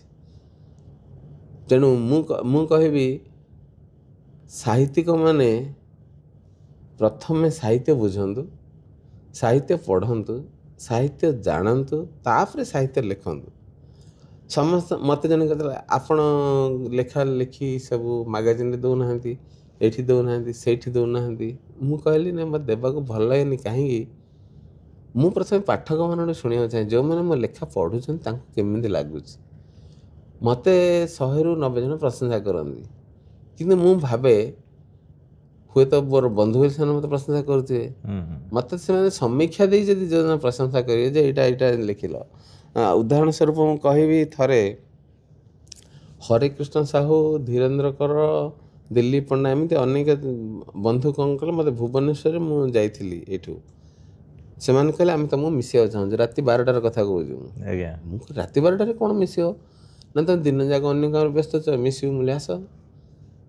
ଆସିକି ସେମାନେ କ'ଣ କଲେ, ଆମେ ଗୋଟେ ରୁମ୍ରେ ବସିଲୁ। ସେମାନଙ୍କର ପ୍ରଶ୍ନ ଥିଲା ଆପଣଙ୍କର ଗୋଟେ କବିତା ଉପରେ ଆମର ଆଲୋଚନା ଚାଲିଛି, ଆମେ ବୁଝିପାରୁନୁ ଆପଣ ସେ କବିତାରେ କ'ଣ ଲେଖିଛନ୍ତି, କାହିଁକିନା ସିଏ ଗୋଟେ କହୁଛି, ଇଏ ଗୋଟେ କହୁଛି, ଇଏ ଗୋଟେ କହୁଛି, 3ଟା ଅର୍ଥ କହୁଛନ୍ତି। ତେଣୁ ଆପଣ ନିଜେ ଲେଖିଛନ୍ତି, ଆପଣ ନିଜେ କୁହନ୍ତୁ କବିତା କ'ଣ। ମୁଁ ଯେଉଁ ଲେଖିଥିଲି ସ୍ପୃଶ୍ୟା ସ୍ପୃଶ୍ୟ, ସେ କବିତାର ନାଁଟା ହେଉଛି ସ୍ପୃଶ୍ୟା ସ୍ପୃଶ୍ୟ। ସ୍ପୃଶ୍ୟ ଆଚ୍ଛା ହେଲେ ଏଇଟା ଗୋଟେ ଅନୁଭବର କଥାରେ ନେଇକି ଲେଖିଥିଲି, ଅନୁଭୂତିର କଥା ନେଇକି ଲେଖିଥିଲି। ଥରେ ମୁଁ ଗୋଟେ ଛୋଟ ଗାଁକୁ ଯାଇଥିଲି। ସେ ଗାଁରେ ଜଗନ୍ନାଥ ମନ୍ଦିରଟିଏ ଥିଲା। ସେ ଗାଁରେ କ'ଣ ହୁଏ, ଭୋଗ ହେଲା ପରେ ବନ୍ଦ ହେଇଯାଏ, ପୁଣି ସନ୍ଧ୍ୟାରେ ଆଳତି ପାଇଁ ଖୋଲା ହୁଏ ମନ୍ଦିର। କିନ୍ତୁ ମୁଁ ଯାଇଥିଲି ବୋଲି ସେ ମୋତେ କବାଟ ପୂଜାରୀ କହିଲେ, ମୁଁ କବାଟଟା ଖୋଲିଦେଉଛି, ତୁମେ ଦର୍ଶନ କରୁଥାଅ, ମୁଁ ଯାଇ କୂଅରୁ ଟିକେ ପାଣି ଟିକେ ଧରି ପଳେଇ ଆସୁଛି। ସେଥିଲାଗି କବାଟ ଖୋଲି ଦେଇଛନ୍ତି। ଗାଁ ମନ୍ଦିର, ଛୋଟ ମନ୍ଦିର, ଅନ୍ଧାର ହେଇକି ଅଛି। ପ୍ରଭୁଙ୍କ ପାଖରେ ଗୋଟେ ଦୀପଟିଏ ଲାଗିଛି, ସେ ଦୀପ ଆଲୁଅରେ ପ୍ରଭୁ ଦିଶୁଛନ୍ତି। ସେ ପରିସ୍ଥିତି ଆପଣ ଭାବନ୍ତୁ, ଅନ୍ଧାର, ଦୀପ ଆଲୁଅରେ ଜଗନ୍ନାଥ ଦିଶୁଛନ୍ତି, ମୁଁ ସେ ଅନ୍ଧାରରେ ଠିଆ ହେଇଛି ମୁହାଁମୁହିଁ। ମୁଁ ସେ ଯେଉଁ ବଡ଼ ବଡ଼ ଆଖି ଗୁଡ଼ିକ ଦେଖିକି ଗୋଟେ ମୁହୂର୍ତ୍ତ ପାଇଁ ମୁଁ ଭାବିଲି ଯେ ତୁ ମୁଁ ହେଇଯାଉ, ମୁଁ ତୁ ହେଇଯିବି। ବଦଳେଇ ଦେବା, ପ୍ରତିବଦଳ କରିବା ସ୍ଥାନ। ତାକୁ ନେଇ ସେ କବିତାଟା ଲେଖା ହେଇଥିଲା ଯେ ଏଇ ଯେଉଁ ଅନ୍ଧାର, ମୁଁ ଯେତେବେଳେ ତୁ ହେଇଯାଉଛୁ, କି ତୁ ଯେତେବେଳେ ମୁଁ ହେଇଯାଉଛି, ତୋର କଳା ଏ ପରିବେଶକୁ କଳା କରିଦେଉଛି, ସବୁ ଅନ୍ଧାର ହେଇଯାଉଛି।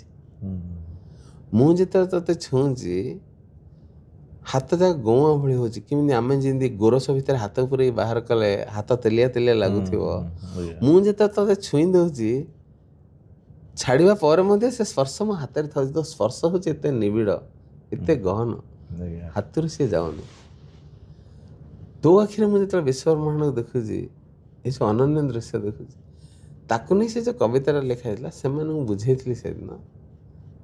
ସେଦିନ ଜଣେ ଭାଇ ମାନେ ସେ ଲୁହ ତାଙ୍କର ଧାର ହେଲା, ତମେ ଏ ଭାବ ନେଇ ଲେଖିଛ? ହଁ, ସେ ମୁହୂର୍ତ୍ତରେ ମୁଁ ସେଇଟା ଅନୁଭୂତି କରିଥିଲି, ସେଇଟା ଅନୁଭବ କରିଥିଲି। ଗୋଟେ ମୁହୂର୍ତ୍ତ ପାଇଁ ସେ କବିତାଟା ମୁଁ ଆପଣଙ୍କୁ ଦେବି, ଆପଣ ପଢ଼ିବେ କେତେବେଳେ। ତେଣୁ ମୁଁ କହିଦେବୁନି ଯେ okay that is one of the best poem. No no no, this is କବିତାର ବେଷ୍ଟ, ବେଟର, ଗୁଡ୍ ମୁଁ ତୁଳନାତ୍ମକ କରିବି। କବିତା ଗୋଟେ କବିର ମନୋଭାବର ଗୋଟେ ପରିଚୟ। ସେ ତାର ମନ ହେଲା, ତାର ମନୋଭାବକୁ ପ୍ରକାଶ ସେ କବିତା ମାଧ୍ୟମରେ କଲା। ଗାଳ୍ପିକ ଗୋଟେ ଚରିତ୍ର ରାସ୍ତାରେ ଦେଖିଲା, କି ଗୋଟେ ସମାଜରେ ଦେଖିଲା, କି ଗୋଟେ ସଂସ୍କୃତିରେ ଦେଖିଲା, ସେ ସେଟା ଗଳ୍ପର ଆକାର ଦେଇ କରେ। ସେମାନେ ସେଇ ଆକାର ପ୍ରକାର ଦେଇକି ତାକୁ ଲେଖନ୍ତି। ଗୋଟେ ପ୍ରାବନ୍ଧିକ ତାର ଭଲ ମନ୍ଦ ତୁଳନାତ୍ମକ କରି ଲେଖେ, ସେଇ ଗୋଟିଏ ଜିନିଷ। ଆଜି ଗୋଟେ ଯଦି ଗରିବ ଝିଅକୁ ଦୁଷ୍କର୍ମ କରାଗଲା, ଗାଳ୍ପିକ, କବି ଓ ପ୍ରବନ୍ଧ ତିନିଟା ପ୍ରକାର ଦେଖିବେ, କିନ୍ତୁ ତାକୁ ସମାଜକୁ ବଦଳେଇବାରେ ସାହାଯ୍ୟ କିଏ କରିବ? ପ୍ରାବନ୍ଧିକର ପ୍ରବନ୍ଧଟି।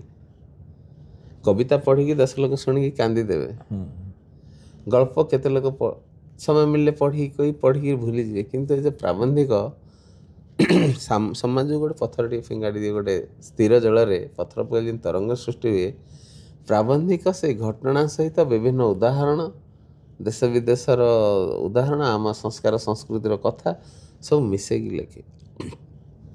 ତେଣୁ ଯଦି କବିତା ଗୋଟେ ସୀମିତ ଦର୍ଶକ ଶ୍ରୋତାମାନଙ୍କ ମଧ୍ୟରେ ଦୁଃଖ, ଆନନ୍ଦ ଏସବୁ ଜିନିଷ ଦେଇପାରେ, ଗାଳ୍ପିକ ଆଉ ଟିକେ ବୃହତ। ଆପଣ ଦେଖନ୍ତୁ, କବିତା ପଢ଼ିବାଟା ଆପଣଙ୍କ ପାଇଁ ସହଜ ବୋଧ ହେବ, କିନ୍ତୁ କବିତା ଯିଏ ଲେଖୁଛି ତାକୁ ହୁଏତ ଲେଖିବା ପାଇଁ କଷ୍ଟ ହେଇପାରେ। ଆପଣ ଭାବୁଥିବେ ଗାଳ୍ପିକର ଭାବ ନେଇକି ସେ ତାର ଗଳ୍ପଟା ଲେଖେ, ସେଇ ଭିତରେ ମୁଁ ଯାହା ଅନୁଭବ କରେ, ଗାଳ୍ପିକମାନଙ୍କର 80ରୁ 90% ହେଉଛି ସତ ଜିନିଷ। ସେମାନେ ନାମ ଗ୍ରାମ ସବୁ ପରିବର୍ତ୍ତନ କରି ଲେଖନ୍ତି।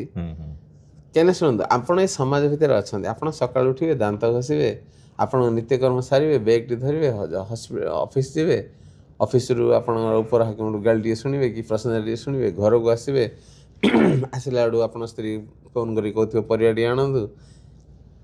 ଏଇ ଯେଉଁ ନୀତିଦିନିଆ କଥାକୁ ଆପଣ ଯଦି ପର୍ମୁଟେସନ୍ କମ୍ବିନେସନ୍ କରିବେ, କେତେ ବଦଳେଇ କେତେଟା କାହାଣୀ ଲେଖିବେ। ଆପଣଙ୍କ ଜୀବନଚର୍ଯ୍ୟା ଗୋଟେ ଏକାଧାରରେ ଚାଲିଛି। ଆପଣ ଯଦି ପିଅନ ହେଇଛନ୍ତି, ଆପଣ ସାଇକେଲରେ ଧରିକି ବାହାରିବେ। ଆପଣ ଯଦି କ୍ଲର୍କଟେ ହେଇଛନ୍ତି, ସ୍କୁଟରଟେ ଧରିକି ବାହାରିବେ। ଆପଣ ଯଦି ମ୍ୟାନେଜରଟେ ହେଇଛନ୍ତି, ଛୋଟିଆ ମାରୁତି କାରଟେ ଧରି ବାହାରିବେ। ଆପଣ ଯଦି ବଡ଼ ବ୍ୟବସାୟୀଟେ ହେଇଛନ୍ତି, ମର୍ସିଡିଜ୍ କି ଅଡ଼ିଟେ ଧରି ବାହାରିବେ। ତେଣୁ ଜୀବନଚର୍ଯ୍ୟାକୁ ନେଇକରି ଆପଣ ଯେତିକି କାହାଣୀ ଲେଖିବେ, କାହାଣୀଟା ସୀମିତ। ଗୋଟେ ଗାଳ୍ପିକ ଏମିତି କିଛି ଅନବଦ୍ୟ ସୃଷ୍ଟି କରିଦେବନି ଯେ ଆପଣଙ୍କୁ ପଢ଼ିକି ଆଚମ୍ବିତ ଲାଗିବ। କିନ୍ତୁ ସେଇ ଯେଉଁ ସ୍ତରକୁ ଆମେ ପାର କରିଦେଇଛେ ଏବେ ଆମେ ଯେତେବେଳେ ଟର୍ମିନେଟର ଚଳଚ୍ଚିତ୍ର ଦେଖୁଛେ ଆଜ୍ଞା it is full of fantasy କିନ୍ତୁ ସେଇଟା ଦେଖିଲେ ବି ଆମକୁ ଆରେ ଅତି ଭଲ ଆସୁଛି। ଏବେ ଯେଉଁ ମାନେ ବୈଜ୍ଞାନିକ ଦୃଷ୍ଟିକୋଣରୁ ବିଭିନ୍ନ ଚଳଚ୍ଚିତ୍ର ଆସୁଛି ସେମାନେ ମଧ୍ୟ ଦର୍ଶକର ଚେତନାକୁ ଆଉ ଟିକେ ଉଦ୍ବୁଦ୍ଧ କରୁଛନ୍ତି ଏମିତି ବି ହେଇପାରେ। ଆପଣ ଦେଖନ୍ତୁ ଇଂରାଜୀ ଯେଉଁ ଚଳଚ୍ଚିତ୍ର ସବୁ ଅଛି ଦି ଡେ ଆଫ୍ଟର ଟୁମରୋ 200 ବର୍ଷ ପରେ କ'ଣ ହେବ ଆଜି ସେମାନେ କାହାଣୀ ଲେଖି ଦେଉଛନ୍ତି ଆମେ ଚମତ୍କୃତ ହେଉଛେ। ସେଇ ସବୁ ଚଳଚ୍ଚିତ୍ର ଆପଣ ଦେଖନ୍ତୁ ସେମାନେ ବକ୍ସ ଅଫିସର ସବୁ ରେକର୍ଡ଼ ଭାଙ୍ଗି ଦେଇଛନ୍ତି। ସେଇଟା ସତ ନାହିଁ। ଆନାକୋଣ୍ଡା ଆସିଲା, ଆନାକୋଣ୍ଡା ବି ଅଛି ଆଫ୍ରିକା ଜଙ୍ଗଲରେ, କିନ୍ତୁ ଫିଲ୍ମରେ ଚଳଚ୍ଚିତ୍ରରେ ଯେଉଁ ପ୍ରକାର ଚିତ୍ରାୟିତ କରାହେଇଛି ସେମିତି ଆନାକୋଣ୍ଡା ନାହିଁ ଆମ ପାଖରେ। ତେଣୁ ଟାଇଟାନିକ୍ ବୁଡ଼ିଥିଲା, କିନ୍ତୁ ଆମେ ଯେଉଁ ଟାଇଟାନିକ୍ ଦେଖୁଛେ ସେମିତି ହେଇନଥିଲା କାହାଣୀ। ଟାଇଟାନିକ୍ ବୁଡ଼ିବା ଘଟଣାଟା ହେଉଛି ଆମର ଲଞ୍ଚ ପ୍ୟାଡ୍ ଯେଉଁଟାକୁ ଆମେ କହୁଛୁ, କିନ୍ତୁ ତାକୁ ନେଇ କିଏ କେଉଁ ରକେଟ୍ ଉଡ଼ଉଛି ସେଥିରେ ଉତ୍କର୍ଷତା ଅଛି। ମୁଁ ସମାଜର ସମସ୍ତଙ୍କ ସାହିତ୍ୟକୁ କହିବି ଚରିତ୍ର ଚିତ୍ରଣ କରନ୍ତୁ, ଚରିତ୍ରକୁ ନିଅନ୍ତୁ, କିନ୍ତୁ ସମାଜ ପାଇଁ କିଛି ଦିଅନ୍ତୁ। ନାଇଁ ଆପଣ ଯେଉଁ କହିଲେ ଗାଳ୍ପିକ ପ୍ରବନ୍ଧିକ ଏମାନେ ସବୁ ଯେଉଁ କରୁଛନ୍ତି ଯେଉଁ ଟପିକ୍ କରୁଛନ୍ତି ଏଇଟା ଗୋଟେ ଟପିକ୍କୁ ନେଲେ ତାଙ୍କୁ 2 ମାସ ଲାଗିପାରେ 2 ବର୍ଷ ଲାଗିପାରେ ସେମାନେ ଗୋଟେ ଜିନିଷଟାକୁ ପ୍ୟାକେଜ୍ କରିକି କାଢ଼ିଲେ। এইটা କ'ଣ ମୁଡ୍ ସ୍ପେସିଫିକ୍ କାହିଁକିନା ମୁଁ ସେଇଟାକୁ ଏଇ କଣ୍ଟେକ୍ସଟ୍ରେ କହୁଛି। ମୁଁ ମନେକର ଭଜନ ଗାଇଲି, ଆମର ସକାଳ ଭଜନ ହେଲା, ସିଏ ଆମକୁ 2 ମାସ ଆଗରୁ କହିଲେ ଆପଣ କେଉଁ ଭଜନଟା ଗାଇବେ କୁହନ୍ତୁ। ମୁଁ ଜାଣିନି ସେଇଦିନ ସକାଳୁ ମୋ ମୁଡ୍ କେଉଁ ସେ ଭଜନଟା ଗାଇବାକୁ ହେଇଥିବ କି ନାହିଁ। ମୋତେ କହିଲେ ମୁଁ ସେମିତି ଦେଇପାରିବିନି। ସେଇଦିନ ସକାଳୁ କହିଲେ ତ ଆପଣଙ୍କୁ 2 ମିନିଟ୍ରେ ଗାଇବାକୁ ପଡ଼ିବ। ମୁଁ ସେଇଟା ବି କହିପାରିବିନି କାହିଁକିନା 2 ମିନିଟ୍ ମୋର ଯଦି ଭାବ ଲାଗିଗଲା ହଁ ମୋତେ ହୁଏତ ଅବଶ୍ୟ ଡେଫିନେଟଲି ଆମକୁ କନଷ୍ଟାଣ୍ଟ ଭିତରେ କରିବାକୁ ପଡ଼ିବ, କିନ୍ତୁ ସେଇ ଲାଗର ମାନେ ସକାଳୁ ମୁଁ ଭାବିକି ଆସିଥିଲି ମୁଁ ମନେକର ଦେବୀ ବନ୍ଦନା ଗୋଟେରୁ ଷ୍ଟାର୍ଟ କରିବି, କିନ୍ତୁ ହଠାତ୍ ଆସିକି ପହଞ୍ଚିଲା ବେଳକୁ ସେଇ ଯେଉଁ ଗୀତ ଚାଲିଥିଲା ସେ ମୁଡ୍ ମାନେ ଯଶୋଦାଙ୍କ କଣ୍ଟେକ୍ସଟ ଆସିଗଲା ମୁଡ୍କୁ। ମା ପୁଅ ଭିତରେ ଯେଉଁ ଚାଲିଛି ସେଇ ଯେଉଁ କଣ୍ଟେକ୍ସଟ ଆସିଗଲା ତ ତାପରେ ପରେ ମୋର ପୁରା ମୁଡ୍ ଚେଞ୍ଜ ହେଇଗଲା। ସୋ ମୁଁ ତାପରେ ସେଇ ଲାଇନ୍ରେ ଗୀତ ଗାଇଲି। କିନ୍ତୁ ମୁଁ ଯଦି ତାଙ୍କୁ ଆଗରୁ ଗୀତଟା ଦେଇଥାନ୍ତି ତାହେଲେ ଏଇ ବର୍ତ୍ତମାନ ସେଇ ମୋତେ ସେତେ କହିବେ ବାବୁ ତୁମେ କାଲିକି ଆସିବ, କାଲି ଗୋଟେ ଭଜନ କରିବ। ମୁଁ କହିପାରିବିନି ମୁଁ କାଲି ଆସିପାରିବିନି। ଆପଣ ଯଦି କହିବେ ଠାକୁରଙ୍କ ପାଇଁ କହିଦିଅ, ଯଦି ଠାକୁର ପଠେଇବେ ମୁଁ ନିଶ୍ଚୟ ଆସିବି। ତାପରେ ପରେ ସେଇ ମୁଡ୍ଟା କ'ଣ ହେବ, ଏଇ ଯେଉଁ ଜିନିଷଟା ମୁଁ ଆଜ୍ ଏ ସିଙ୍ଗର ମୋର ଏଇ ଜିନିଷଟା ହେଉଛି ଯେଉଁମାନେ ଲେଖୁଛନ୍ତି ତାଙ୍କର ସେମିତି ଚ୍ୟାଲେଞ୍ଜ ହୁଏ କି? ନାଇଁ, ମୁଁ ଆପଣ ଯେଉଁ ଉଦାହରଣଟା ଦେଲେ ମୁଁ କହିବି ଏଇଟା ହେଉଛି ବ୍ୟକ୍ତି କୈନ୍ଦ୍ରିକ। ଦେଖନ୍ତୁ ଆପଣ ହେଉଛନ୍ତି ଆପଣଙ୍କ ପରିବେଶର ସର୍ଜନା। ଆପଣଙ୍କ ବାପା ମା ଭାଇ ଭଉଣୀ ସେ ପରିବେଶରେ ଆପଣ ବଢ଼ିଛନ୍ତି, ସେଥିରୁ ଆପଣ କିଛି ଆହରଣ କରିଛନ୍ତି। ତାପରେ ଆସିଲା ଆପଣଙ୍କର ଘର ବାହାର ସମାଜ, ଆପଣଙ୍କ ସମାଜ ଭିତରେ ବଢ଼ିଛନ୍ତି। ଦେଖନ୍ତୁ ଜଣେ ଗୋଟେ ବ୍ରାହ୍ମଣ ଶାସନ ଭିତରେ ଜଣେ ବଢ଼ିଥିବ ଆଉ ଜଣେ ହରିଜନ ବସ୍ତିରେ ବଢ଼ିଥିବ, ଏମାନଙ୍କର ଜୀବନଚର୍ଯ୍ୟା ଭିତରେ ନିଶ୍ଚୟ ପାର୍ଥକ୍ୟ ଆସିବ ହିଁ ଆସିବ। ମନେକର ଆପଣଙ୍କୁ କୁହାହେବ ଯେ ଘରେ ଗୋଟେ ପୂଜା କରିବାର ଅଛି, ଆପଣ ଆସି କାଲି କରିଦେବେ। ଆପଣ କ'ଣ କହିବେ, ନାଇଁ ମୁଁ ତିଥି ଦେଖିବି ବାର ଦେଖିବି ତାପରେ କରିବା ପୂଜା ଯଦି କରିବା। ହେଲେ ଆପଣଙ୍କ ପାଖରେ ସେତିକି ସାଧନ ଅଛି, ଆପଣ କହିଲେ। କିନ୍ତୁ ଆପଣ ଯଦି ଗୋଟେ ହରିଜନ ବସ୍ତି ଜଣ କହିଲେ ଆରେ କାଲି ସେ ବାଡ଼ଟା ଦିଆହେବ ଟିକେ ଆସିକି ଟିକେ ବାଉଁଶ ଉପର ଦେବୁ, ହଁ ଆଜ୍ଞା କହିବ ସେ। କାହିଁକି, ସେଇଟା ହେଉଛି ତାର ସେ 5 ପଇସା ମିଳିଲେ ସେ ଖାଇବ ପିଇବ। ତେଣୁ ଦେଖନ୍ତୁ ଜୀବନଚର୍ଯ୍ୟା ଉପରେ ବି ବହୁତ ଜିନିଷ ନିର୍ଭର କରୁଛି। ଆଉ ଆପଣ ଯେଉଁ ଉଦାହରଣ ଦେଲେ ସେଇଟା ହେଉଛି ବ୍ୟକ୍ତି କୈନ୍ଦ୍ରିକ। କାହିଁକି ନା ଆପଣ ଭାବୁଛନ୍ତି ଆରେ ସେଇଦିନ ସକାଳେ ଯଦି ମୋତେ ଶିବଙ୍କର ଭଜନ ଗାଇବାର ଅଛି ମୁଁ ସେଦିନ ଶିବଙ୍କ ଭଜନ ହିଁ ଗାଇବି, ଦୁର୍ଗାଙ୍କ ଭଜନ ଗାଇବାର ଅଛି ମୁଁ ଦୁର୍ଗା ଭଜନ ଗାଇବି। କିନ୍ତୁ ମୁଁ ଆଗରୁ କହିବିନି କାହିଁକିନା ସେଇଦିନ ମୁଁ କ'ଣ ଗୋଟେ ଭାବିଥିବି। ତେଣୁ ଏଇଠି ଆପଣଙ୍କର ମାନସିକତାକୁ ନେଇକି ଆପଣ ନିର୍ଦ୍ଧାରଣ କରୁଛନ୍ତି ମୁଁ କ'ଣ କରିବି। କିନ୍ତୁ ସମସ୍ତଙ୍କ ପାଇଁ ସେ ଇଏଟା ହୁଏନି। କାହିଁକି, ଏବେ ଦେଖନ୍ତୁ ଆଜିର କାଲିର ଉଦାହରଣ ନିଅନ୍ତୁ। ମୁଁ କହିଲି ଉଡ଼ାଜାହାଜ ଦୁର୍ଘଟଣା ହେଲା, 10 ଲକ୍ଷ କବିତା ଭାସୁଥିବ ହ୍ୱାଟ୍ସଆପ୍ରେ। ହେଲେ ଏଥିରେ ମୁଡ୍ର ଆଉ କ'ଣ କଥା ଆସିଲା, ସମସ୍ତେ ଜଗିଥିଲେ। ମୋତେ ସେ ଲାଗିଲା ସଜିନ ଜଗିଥିଲେ କି ଆକ୍ସିଡେଣ୍ଟଟା ହଉ ଆମେ ଲେଖିବା, ଚୋରି ହଉ ଆମେ ଲେଖିବା, ହଣାମରା ହଉ ଆମେ ଲେଖିବା। ଗୋଟେ କବି ଯେତେବେଳେ ଜଗିବ, ଆମେ ଗୋଟେ ଚଳଚ୍ଚିତ୍ର ମୁଁ ଦେଖିଥିଲି ଯେଉଁଠିକି ଗୋଟେ ବଡ଼ ସମ୍ଭ୍ରାନ୍ତ ଲୋକ, ଗୋଟେ ଧନୀ ଲୋକ, ଗୋଟେ କୋଠାଧିପତି, ସେ ଜାଣି ଶୁଣିକି ଦୁର୍ଘଟଣା କରାଏ। ଦୁର୍ଘଟଣା ହେଇନଥିବ, ଏପଟେ ନ୍ୟୁଜ୍ ପେପର ଛପା ଚାଲିଥିବ ଯେ ଅମୁକ ଜାଗାରେ ଦୁର୍ଘଟଣାଟା ହେଲା। ଦେଖନ୍ତୁ ମୁଁ ଏ ଚଳଚ୍ଚିତ୍ରଟି ଦେଖିଛି, ହେଲେ ସେମିତି ହବ। ଦୁର୍ଘଟଣା ହେଲା ତାର 5 ମିନିଟ୍ ପରେ ଲୋକ ନ୍ୟୁଜ୍ ପେପର ପଢ଼ୁଥିବେ ଦୁର୍ଘଟଣାର ଫଟୋ ସହିତ। ତେଣୁ ସେତେବେଳେ ଆମର ଯେଉଁ ଚଳଚ୍ଚିତ୍ରର ନାୟକ ସେପଟେ ନ୍ୟୁଜ୍ ଛପା ହେଉଛି ତାକୁ ମାରି ଦିଆହେଇଛି ବୋଲି, କିନ୍ତୁ ଚଳଚ୍ଚିତ୍ର ନାୟକ ମରିନି, ସେ ବଦଳେଇ ଦେଇଛି କାହାଣୀର ମୋଡ଼କୁ। ତେଣୁ ସେଇ ପ୍ରେକ୍ଷାପଟରେ ମୁଁ କହିବି ଯେ ଦେଖନ୍ତୁ କାହାଣୀ ଆଗରୁ ଆମେ ଭାବିବା ଦୁର୍ଘଟଣା ହେବ କରିବ। ଏବେ ଦେଖନ୍ତୁ ବହୁତ ଜାଗାରେ ଆପଣ ଦେଖିବେ ଯଦି ଏଇଠି ଗୋଟେ ସାହିତ୍ୟ ଚର୍ଚ୍ଚା ଚାଲିଛି ଆଗରୁ ଗୋଟେ ସ୍କ୍ରିପ୍ଟ ଲେଖା ହେଇଯାଇଥିବ। ଆଚ୍ଛା, ଆଜି ଅମୁକ କନଭେନସନରେ ମନେକର ଭାବନ୍ତୁ ଗୋଟେ ଆମେ କରିଦେବା, ଗୋଟେ ପାଣ୍ଡୁଲିପି ଭଳି ଗୋଟେ ଲେଖିଦେବା, ଆଜି 56ଟା ଛାଡ଼ି ଦେଇଥିବା ଜାଗାଟା ଓଷା ମହୋତ୍ସବରେ ସାହିତ୍ୟ ଚର୍ଚ୍ଚା ହେଇଥିଲା। ସାହିତ୍ୟ ଚର୍ଚ୍ଚାରେ ସାହିତ୍ୟ ପ୍ରେମୀମାନେ ତଥା 15ଟା ଜାଗା ଛାଡ଼ିଦେବା। ସେମାନେ ଯୋଗ ଦେଇଥିଲେ, ସେମାନେ ଅତି ଉତ୍କର୍ଷ ମାନର କବିତା ପଢ଼ିଥିଲେ ଏବଂ ଦର୍ଶକଙ୍କ କରତାଳିରେ କୋଠରୀର ଗୁଞ୍ଜନ ସୃଷ୍ଟି ହେଇଥିଲା। ସଭା ଶେଷରେ ସଭାପତି ତାଙ୍କ ଲାଣ୍ଡା ଛଡ଼ାଇଯିବ, ସିଏ ତାଙ୍କ ଧନ୍ୟବାଦ ଅର୍ପଣ କରିଥିଲେ ଏବଂ ଓଷା କର୍ମକର୍ତ୍ତାମାନଙ୍କୁ ଧନ୍ୟବାଦ ଜଣାଇ ସଭାର ସମାପନ କଲେ। ଆପଣ ଏଇଟା ଆପଣ 225, 26, 27, 28 ସବୁଥିରେ ୟୁଜ୍ କରିପାରିବେ, ଖାଲି ନାଁଟା ବଦଳେଇ ଦେବେ। ତେଣୁ କଥା ହେଉଛି କେତେଟା ଜିନିଷ ବ୍ୟକ୍ତିକେନ୍ଦ୍ରିକ, ସେଇଟା ତା ଭାବନା ଉପରେ ତା ପରିବେଶ ଉପରେ ନିର୍ଭର କରୁଛି। କେତେଟା ହେଉଛି ଆଗ୍ରହ କଥା। ଏବେ ଦେଖନ୍ତୁ ବାଲ୍ମୀକି ଯେତେବେଳେ ଗାଇଥିଲେ ପ୍ରଥମ କବିତା ପୃଥ୍ୱୀ, ସେ କ'ଣ ଭାବିଥିଲେ ମୁଁ ଗାଇବି ବୋଲି? ସେ ତାଙ୍କୁ ଦେଖିଲେ, ନିଷାଦ ତାଙ୍କୁ ବଦ୍ଧ କରିଛି, ତାଙ୍କୁ ଦୁଃଖ ଲାଗିଲା, ତାଙ୍କ ମନରେ ସ୍ୱତଃ ବାହାରିଲା। ସେଇଟା କ'ଣ ଭାବ ବୋଲି କହିବା? ତାଙ୍କ ଭାବରୁ ବାହାରିଲା ନା ଭଗବାନ କହନ୍ତି ବାଲ୍ମୀକି ରାମାୟଣ ଗୁଡ଼ାକ ଗଣେଶ ଆସିଲେ ବା ସେ ତାଙ୍କ ଥ୍ରୁରେ ଲେଖେଇଲେ? ମୁଁ ବିଭିନ୍ନ ବହି ଯାହା ପଢ଼ିଛି ବହୁତ ଜାଗାରେ କ'ଣ ହେଇଛି କିଛି କିଛି କାଳକ୍ରମେ ସବୁ ଆଡ୍ କରିଦିଆଯାଇଛି, ଯୋଗ କରିଦିଆଯାଇଛି। କାହିଁକିନା ଶୁଣନ୍ତୁ ବାଲ୍ମୀକି ସେଟା ଗାଇଥିଲେ ନାହିଁ ମଧ୍ୟ ଆମେ ଜାଣିନେ। ବାଲ୍ମୀକି ଆଜ୍ଞା ଶୁଣନ୍ତୁ, ବାଲ୍ମୀକି ସେ ଜଙ୍ଗଲରେ ଥିଲେ, ନିଷାଦ ମାରୁଥିଲା, ବାଲ୍ମୀକି ସେ ଗୀତ ଗାଇଥିଲା, ସେ କିଏ ଠିଆ ଶୁଣୁଥିଲା କୁହନ୍ତୁ? ଆମେ ଯଦି ଏ ତର୍କକୁ ଆସିବା, ସେ କିଏ ଶୁଣୁଥିଲା ଯେ ସେ ଶୁଣନ୍ତୁ ସେ କାହାଣୀରେ ଆମେ କେବଳ ସେ ବ୍ୟାଧକୁ ଦେଖୁଛୁ ବା ନିଷାଦକୁ ଦେଖୁଛେ, ଆଙ୍କୁ ଦେଖୁଛେ, ଆଉ କିଏ ନଥିଲା ସେଇଠି। ସେ ନିଷାଦ ସଂସ୍କୃତ ତ ଜାଣିନଥିବ, ତେଣୁ ବାଲ୍ମୀକି କ'ଣ ଗାଇଲେ ସେ କେମିତି ବୁଝିଲା? ତେଣୁ ଦେଖନ୍ତୁ ଆମେ କୁଆଡ଼େ ଯାଉଛେ ଧୀରେ ଧୀରେ। ଏ ପ୍ରେକ୍ଷାପଟରେ ମୁଁ କହିବି ଧର୍ମପଦର କଥା, ବାଜିରାଉତର କଥା ମଧ୍ୟ ଲୋକ କହୁଛନ୍ତି ନାଇଁ ସେମାନେ ଯେଉଁ ପ୍ରକାରରେ କବିତାରେ ଲେଖିଛନ୍ତି ସଚରାଚର ସେମିତି ହୁଏତ ହେଇନଥାଇପାରେ। ସାଧବ ଝିଅ ତ ପୋଇ ଆମେ କିମ୍ବଦନ୍ତୀରେ ଶୁଣୁଛୁ, ସେମିତି ମଧ୍ୟ ନ ହେଇଥାଇପାରେ। କୋଣାର୍କରେ ଧର୍ମପଦ ମୁଣ୍ଡି ମାରିଥିଲା, ସେ ନ ମାରିଥାଇପାରେ।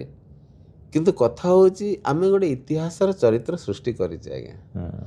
ଏ ଜାତି ସେ ଚରିତ୍ର ଉପରେ ବିଶ୍ୱାସ କରିଛି। ଏବେ ବି ତପୋଇର ଅପେରା ହେଲେ କି ଡ୍ରାମା ହେଲେ ଗାଁ ପିଲାମାନେ ଲୋକମାନେ କାନ୍ଦିକି ଦେଖୁଛନ୍ତି, ବିଚାରାଟି କେତେ ଦୁଃଖ ପାଇଲା, ତା ଭାଇମାନେ ପଳେଇଲେ ବିଦେଶକୁ ବୋଲି। ତେଣୁ ଆମେ ଏ ଯେଉଁ ଚରିତ୍ର ଯାକୁ ସୃଷ୍ଟି କରିଛେ ଆଜ୍ଞା, ଏ ଚରିତ୍ର ମାନେ ହେଉଛନ୍ତି ସମାଜର ଗୋଟେ ଗୋଟେ ସ୍ତମ୍ଭ। ଆପଣ ତାକୁ ମିଛ ସତର ମାନେ ରଙ୍ଗ ଦେଇକି ତାକୁ ବିଚିତ୍ର କରନ୍ତୁ ନାହିଁ। ମୋର କହିବା କଥା ବାଜିରାଉତ କଥା ଗୋଟେ ଇତିହାସ, ଗୋଟେ କାହାଣୀ ବି ଲେଖା ହେଇଛି। ଆପଣ ଯଦି ସେ କବିତାକୁ ଭଲ ପାଉଛନ୍ତି, ସେ କବିତା ମାଧ୍ୟମରେ ଗୋଟେ ନାୟକକୁ ଦେଖନ୍ତୁ। ଯଦି ଧର୍ମପଦ ଚରିତ୍ରକୁ ଆପଣ ମିଛ ଭାବୁଛନ୍ତି, ଏଇଟା ଅସମ୍ଭବ କଥା ହେଇନଥିବ। କୋଣାର୍କ ମନ୍ଦିରର ଆଜ୍ଞା ଯେତିକି ତାର ବ୍ୟାସ, ଗୋଟେ ପିଲା ଡେଇଁଲେ ହେଲେ ସେ ମନ୍ଦିରର ପାହାଡ଼ ଉପରେ ପଡ଼ିବ, ସେ ସମୁଦ୍ର ଭିତରେ କେବେ ପଡ଼ିବନି। ତେଣୁ ଆପଣ ତାକୁ ଯଦି ବୈଜ୍ଞାନିକ ତତ୍ତ୍ୱ ନେଇକି ତଉଲିବେ, କବିତା କବିତା ହେଇକି ରହିବନି। ଯେମିତି ମୁଁ କହୁଛି, ଆପଣ ଯଦି ପ୍ରଭୁଙ୍କ ତତ୍ତ୍ୱ ଉପରେ ବିଶ୍ୱାସ କରିବେନି, ସନ୍ଦେହ ପ୍ରକାଶ କରିବେ, ଆପଣଙ୍କ ବିଜୟ ହେବନି। ତେଣୁ କେତେଟା ଜିନିଷ ଅଛି ତାକୁ ତା ଅବସ୍ଥାରେ ଛାଡ଼ିଦେବାର ହିଁ ସମାଜର ମଙ୍ଗଳ ଅଛି। କିନ୍ତୁ ମୁଁ ଏଇଠି କହିବି ଦର୍ଶକଙ୍କୁ ବି ଶ୍ରୋତାଙ୍କୁ, ମୁଁ ଅନ୍ଧବିଶ୍ୱାସ ମାନିବାକୁ ତାଙ୍କୁ କହୁନି। କଥା ହେଉଛି ଆମେ ବର୍ତ୍ତମାନ ଏଠି ସାହିତ୍ୟର କଥା ହେଉଛି, ଶବ୍ଦ ସାହିତ୍ୟ ବୋଧ ଏଗୁଡ଼ାକ କଥା ହେଉଛି ଆଜ୍ଞା। ଯଦି କେଉଁ ସାହିତ୍ୟରେ ଲେଖା ହେବ ଯେ ଗୋଟେ ଗାଁର 10 ଜଣ ଲୋକକୁ ଯଦି ବର୍ଷକୁ ମାରି ଦିଆଯିବ, ତାପରେ 10 ବର୍ଷ ହିଁ ଭଲରେ ବର୍ଷା ହେବ, ଆଜ୍ଞା ଏ କଥା ଟିକେ ମାନନୀୟ ବୋଲି ମୁଁ କହିବି। ମୁଁ ସେଥିପାଇଁ ସଦାବେଳେ ସାହିତ୍ୟ ଓ ସମାଜକୁ ଗୋଟେ ସମ୍ପର୍କିତ ଅବସ୍ଥାକୁ ଆଣିବାକୁ ଚାହେଁ। ସାହିତ୍ୟ ଲେଖା ହେଉ, ଯେଉଁ ସାହିତ୍ୟରେ ସମାଜର କିଛି ଉନ୍ନତି ହେଉ। ସମାଜ ମାନେ କ'ଣ? ସମାଜ ମାନେ ଆମକୁ ନେଇ ସମାଜ। ହୁଏତ आम जो कथा पढ़ुचे कि जदि तुमको किए जदि भोकिला खाया मागिला तुम ताको रंधा शिखै दियो खाइबा को देले तुम दिनटे दब रंधा शिखै दियो से नीति रांधि खाइब तेणु मु चाहूँगी साहित्य समाज को से रंधिया विद्याटी शिखै दो साहित्य संबंध मैक्सिम गर्की मदर बही हाँ ता ना थिला अलेक्सी पेस्कोव जीवन से एते जंत्रणा पाइथिले निज ना मैक्सिम गर्की लिखिदेले मैक्सिम गर्की बोले अत्यधिक तिक्त अच्छा हाँ से ना लिखिदेले सी जो बही लिखिछन्ती मदर से मदर बही रूसियार विप्लव स्वाधीनता संग्राम में गोटे पांडुली भलिया होगला समस्ते पढ़ले उद्बुद्ध हेले जार शासन को हटेबार विलम्ब कले से हाँ तेणु गोटे गोटे बही गोटे गोटे समाज चित्र बदल मु चाहूँगी 100 लेखक मध्य जड़े लेखक तो सेमती गोटे बहीटे लिखु जी समाज की चित्र बदल दब मु मोर गोटे कविता लिखी धर्मपदर चरित्र को नहीं 1000 कविता लिखिबार किसी गौरव बोध नहीं धर्मपद माध्यम जो कामटी कराई जे जोठी 1200 बढ़ई विफल होती गोटे पिला जा कला तेणु तमें ये भावनी जे पिलाटी किमी करदेव सी तो पढ़ी नाला से तर्क को आणनी गोटे पिला मध्य करिवार तार संभावना अच्छी बोली कवि जनाऊँ तमें से संभावना टाक देख माने मोर सीटी कहया अछि मेनली मेसेज टाक हम नबार अछि वार्ता राम हाँ वार्ता को मैं नबार अछि एबे कैकेयी तो अभी जो सब कथाकार मान सब करती कैकेयी राम को जंगल को पठेई देले तो केते जन कहउचंती कैकेयी राम एक्चुअली तांको भीतर आगुर कथावार्ता होइथिला काली सकाळू तू जदि राज्याभिषेक रहीजु राज्य रे रहीजु ताले एते जो सब चली सृष्टि प्रॉब्लम सेटा को किए रिजॉल्व करिवो तो सेटा को राम इनसिस्ट करथिले कैकेयी को तमे काली एटा कर हेले मु जीबी नले मु जाई परिबिनी सेटा माने एटा को आमे बहुत कथाटा आमे एक्चुअली भीतरटा जानि नै चिन्मय मिशन थरे स्वामीजी सेटा कहउथिले कहले राम सीता को सेकेंड टाइम जो बनवास को पठे देले से प्रथम तो मिसी जाइले द्वितीय थर जो तक छाड़देले नहीं बाहर छाड़देले कहला को सांगे सांग के जन स्त्री लोक देले एकदम रिवोल्टिव वॉइस रे नो राम सीता को भल काम करन थिले कि पूरा एकदम रिवोल्टिव वॉइस रे राम को अगेंस्ट रे सिटी कहले स्वामी जी कहले सीता के कंप्लेंट करथिले सीता तो के कंप्लेंट करनथिले तमारे कंप्लेंट करछो कारण आपण जो कहले निज दृष्टि रे जब देखुजे सेही जिनस सेही जे देखुजे मु एठी कहबी रामायणर कथा हो को कथा हो सेही समाजर सेते बेलर परिस्थिति नहीं से जिनस लिखा हैतला होय तो देखो रामायण प्रथम जने तो के लिखिथिबो मनगर मु कहि वाल्मीकि लिखिचंदी ओके प्रथम रामायण सेटा हैतिबो से रामायण रे होय तो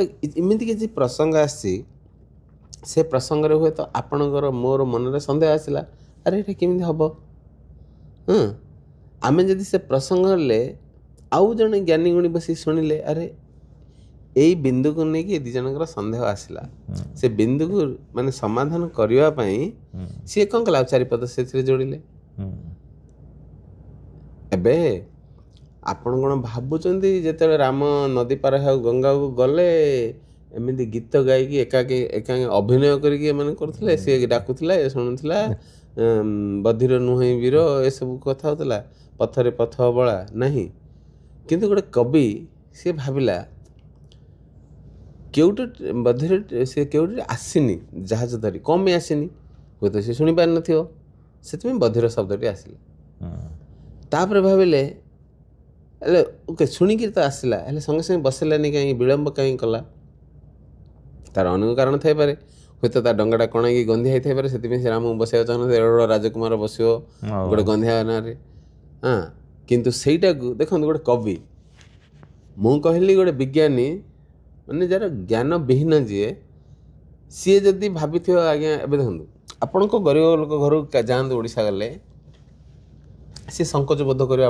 बसवाई सी कौन करे गामुछार से पीढ़ाटा पोछि दो से हाँ हुए तो सेमती परिस्थिति होती लाज लगी दुख लगी तेणु मनकर जो भंजंगर आम वैदेशिक बेला पढ़ुचे गोटे पटे तार जो मूर्ख कि गरीब कि से तत्व को नहीं सी तो हुए तो संकोच कर राम को बसवाई किंतु से हुए तो रामायण रे लिखाई ଯେ ବାଟରେ ଗୋଟେ ପଥରକୁ ଛୁଇଁଲାରୁ ସେ ସ୍ତ୍ରୀ ହେଇଗଲା, ମୋ ଡଙ୍ଗାଟା ସ୍ତ୍ରୀ ହେଇଗଲା, ମୋର ବେପାର ଭେଳା ବୁଡ଼ିଯିବ। ସେଇ ମାଧ୍ୟମରେ ରାମ ଯେତେବେଳେ ବସିନାହାନ୍ତି, ସିଏ ସଫା ଯେଉଁ କରିଛି କାମଟି, ସେ ତତ୍ତ୍ୱଟିକୁ ସେଠି ଅଣା ହେଇଛି। ତାର ବିଭିନ୍ନ ମାଧ୍ୟମ ହେଇପାରେ, କାହିଁକିନା ରାମାୟଣ ଗୋଟେ, କିନ୍ତୁ ଆମେ ଯେତେବେଳେ ଦେଖୁଛେ ତାପରେ ତତ୍ତ୍ୱ ରାମାୟଣ ଆସିଛି, ତୁଳସୀଦାସ ରାମାୟଣ ଆସିଛି, ବାରବାଇ ରାମାୟଣ, ଅନେକ ପ୍ରକାର ରାମାୟଣ ହେଇଛି।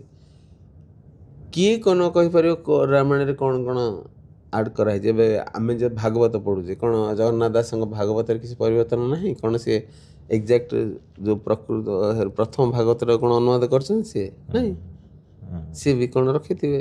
ଏବେ ଯେତେବେଳେ B.R. ଚୋପ୍ରା ମହାଭାରତ ସିରିଏଲ ଯେତେବେଳେ କଲେ ପ୍ରଥମେ, ସିଏ କ'ଣ ମନଗଢ଼ଣ କାହାଣୀ କିଛି କ'ଣ ଲଗେଇଛନ୍ତି? ଧୃତରାଷ୍ଟ୍ର ଶୋଇକିରି କ'ଣ ସ୍ୱପ୍ନ ଦେଖେଇଲା, କେଉଁ ବହିରେ ଲେଖା ହେଇଛି? ସିଏ କିନ୍ତୁ ଧୃତରାଷ୍ଟ୍ର ବସି ଶୋଇକି ସ୍ୱପ୍ନ ଦେଖିବାର ଦୃଶ୍ୟରେ ଆମକୁ ଦେଖେଇଲେ। ତେଣୁ ଏଇ ଯେଉଁ ସର୍ଜନାର ଦୁନିଆ ହେଉଛି ଗୋଟେ ଅନନ୍ତ ଦୁନିଆ, ଇଏ ହେଉଛି ଗୋଟେ ଅସମ୍ଭବରୁ ସମ୍ଭବ ଦୁନିଆ ଆଉ ସମ୍ଭବରୁ ଅସମ୍ଭବ ଦୁନିଆ।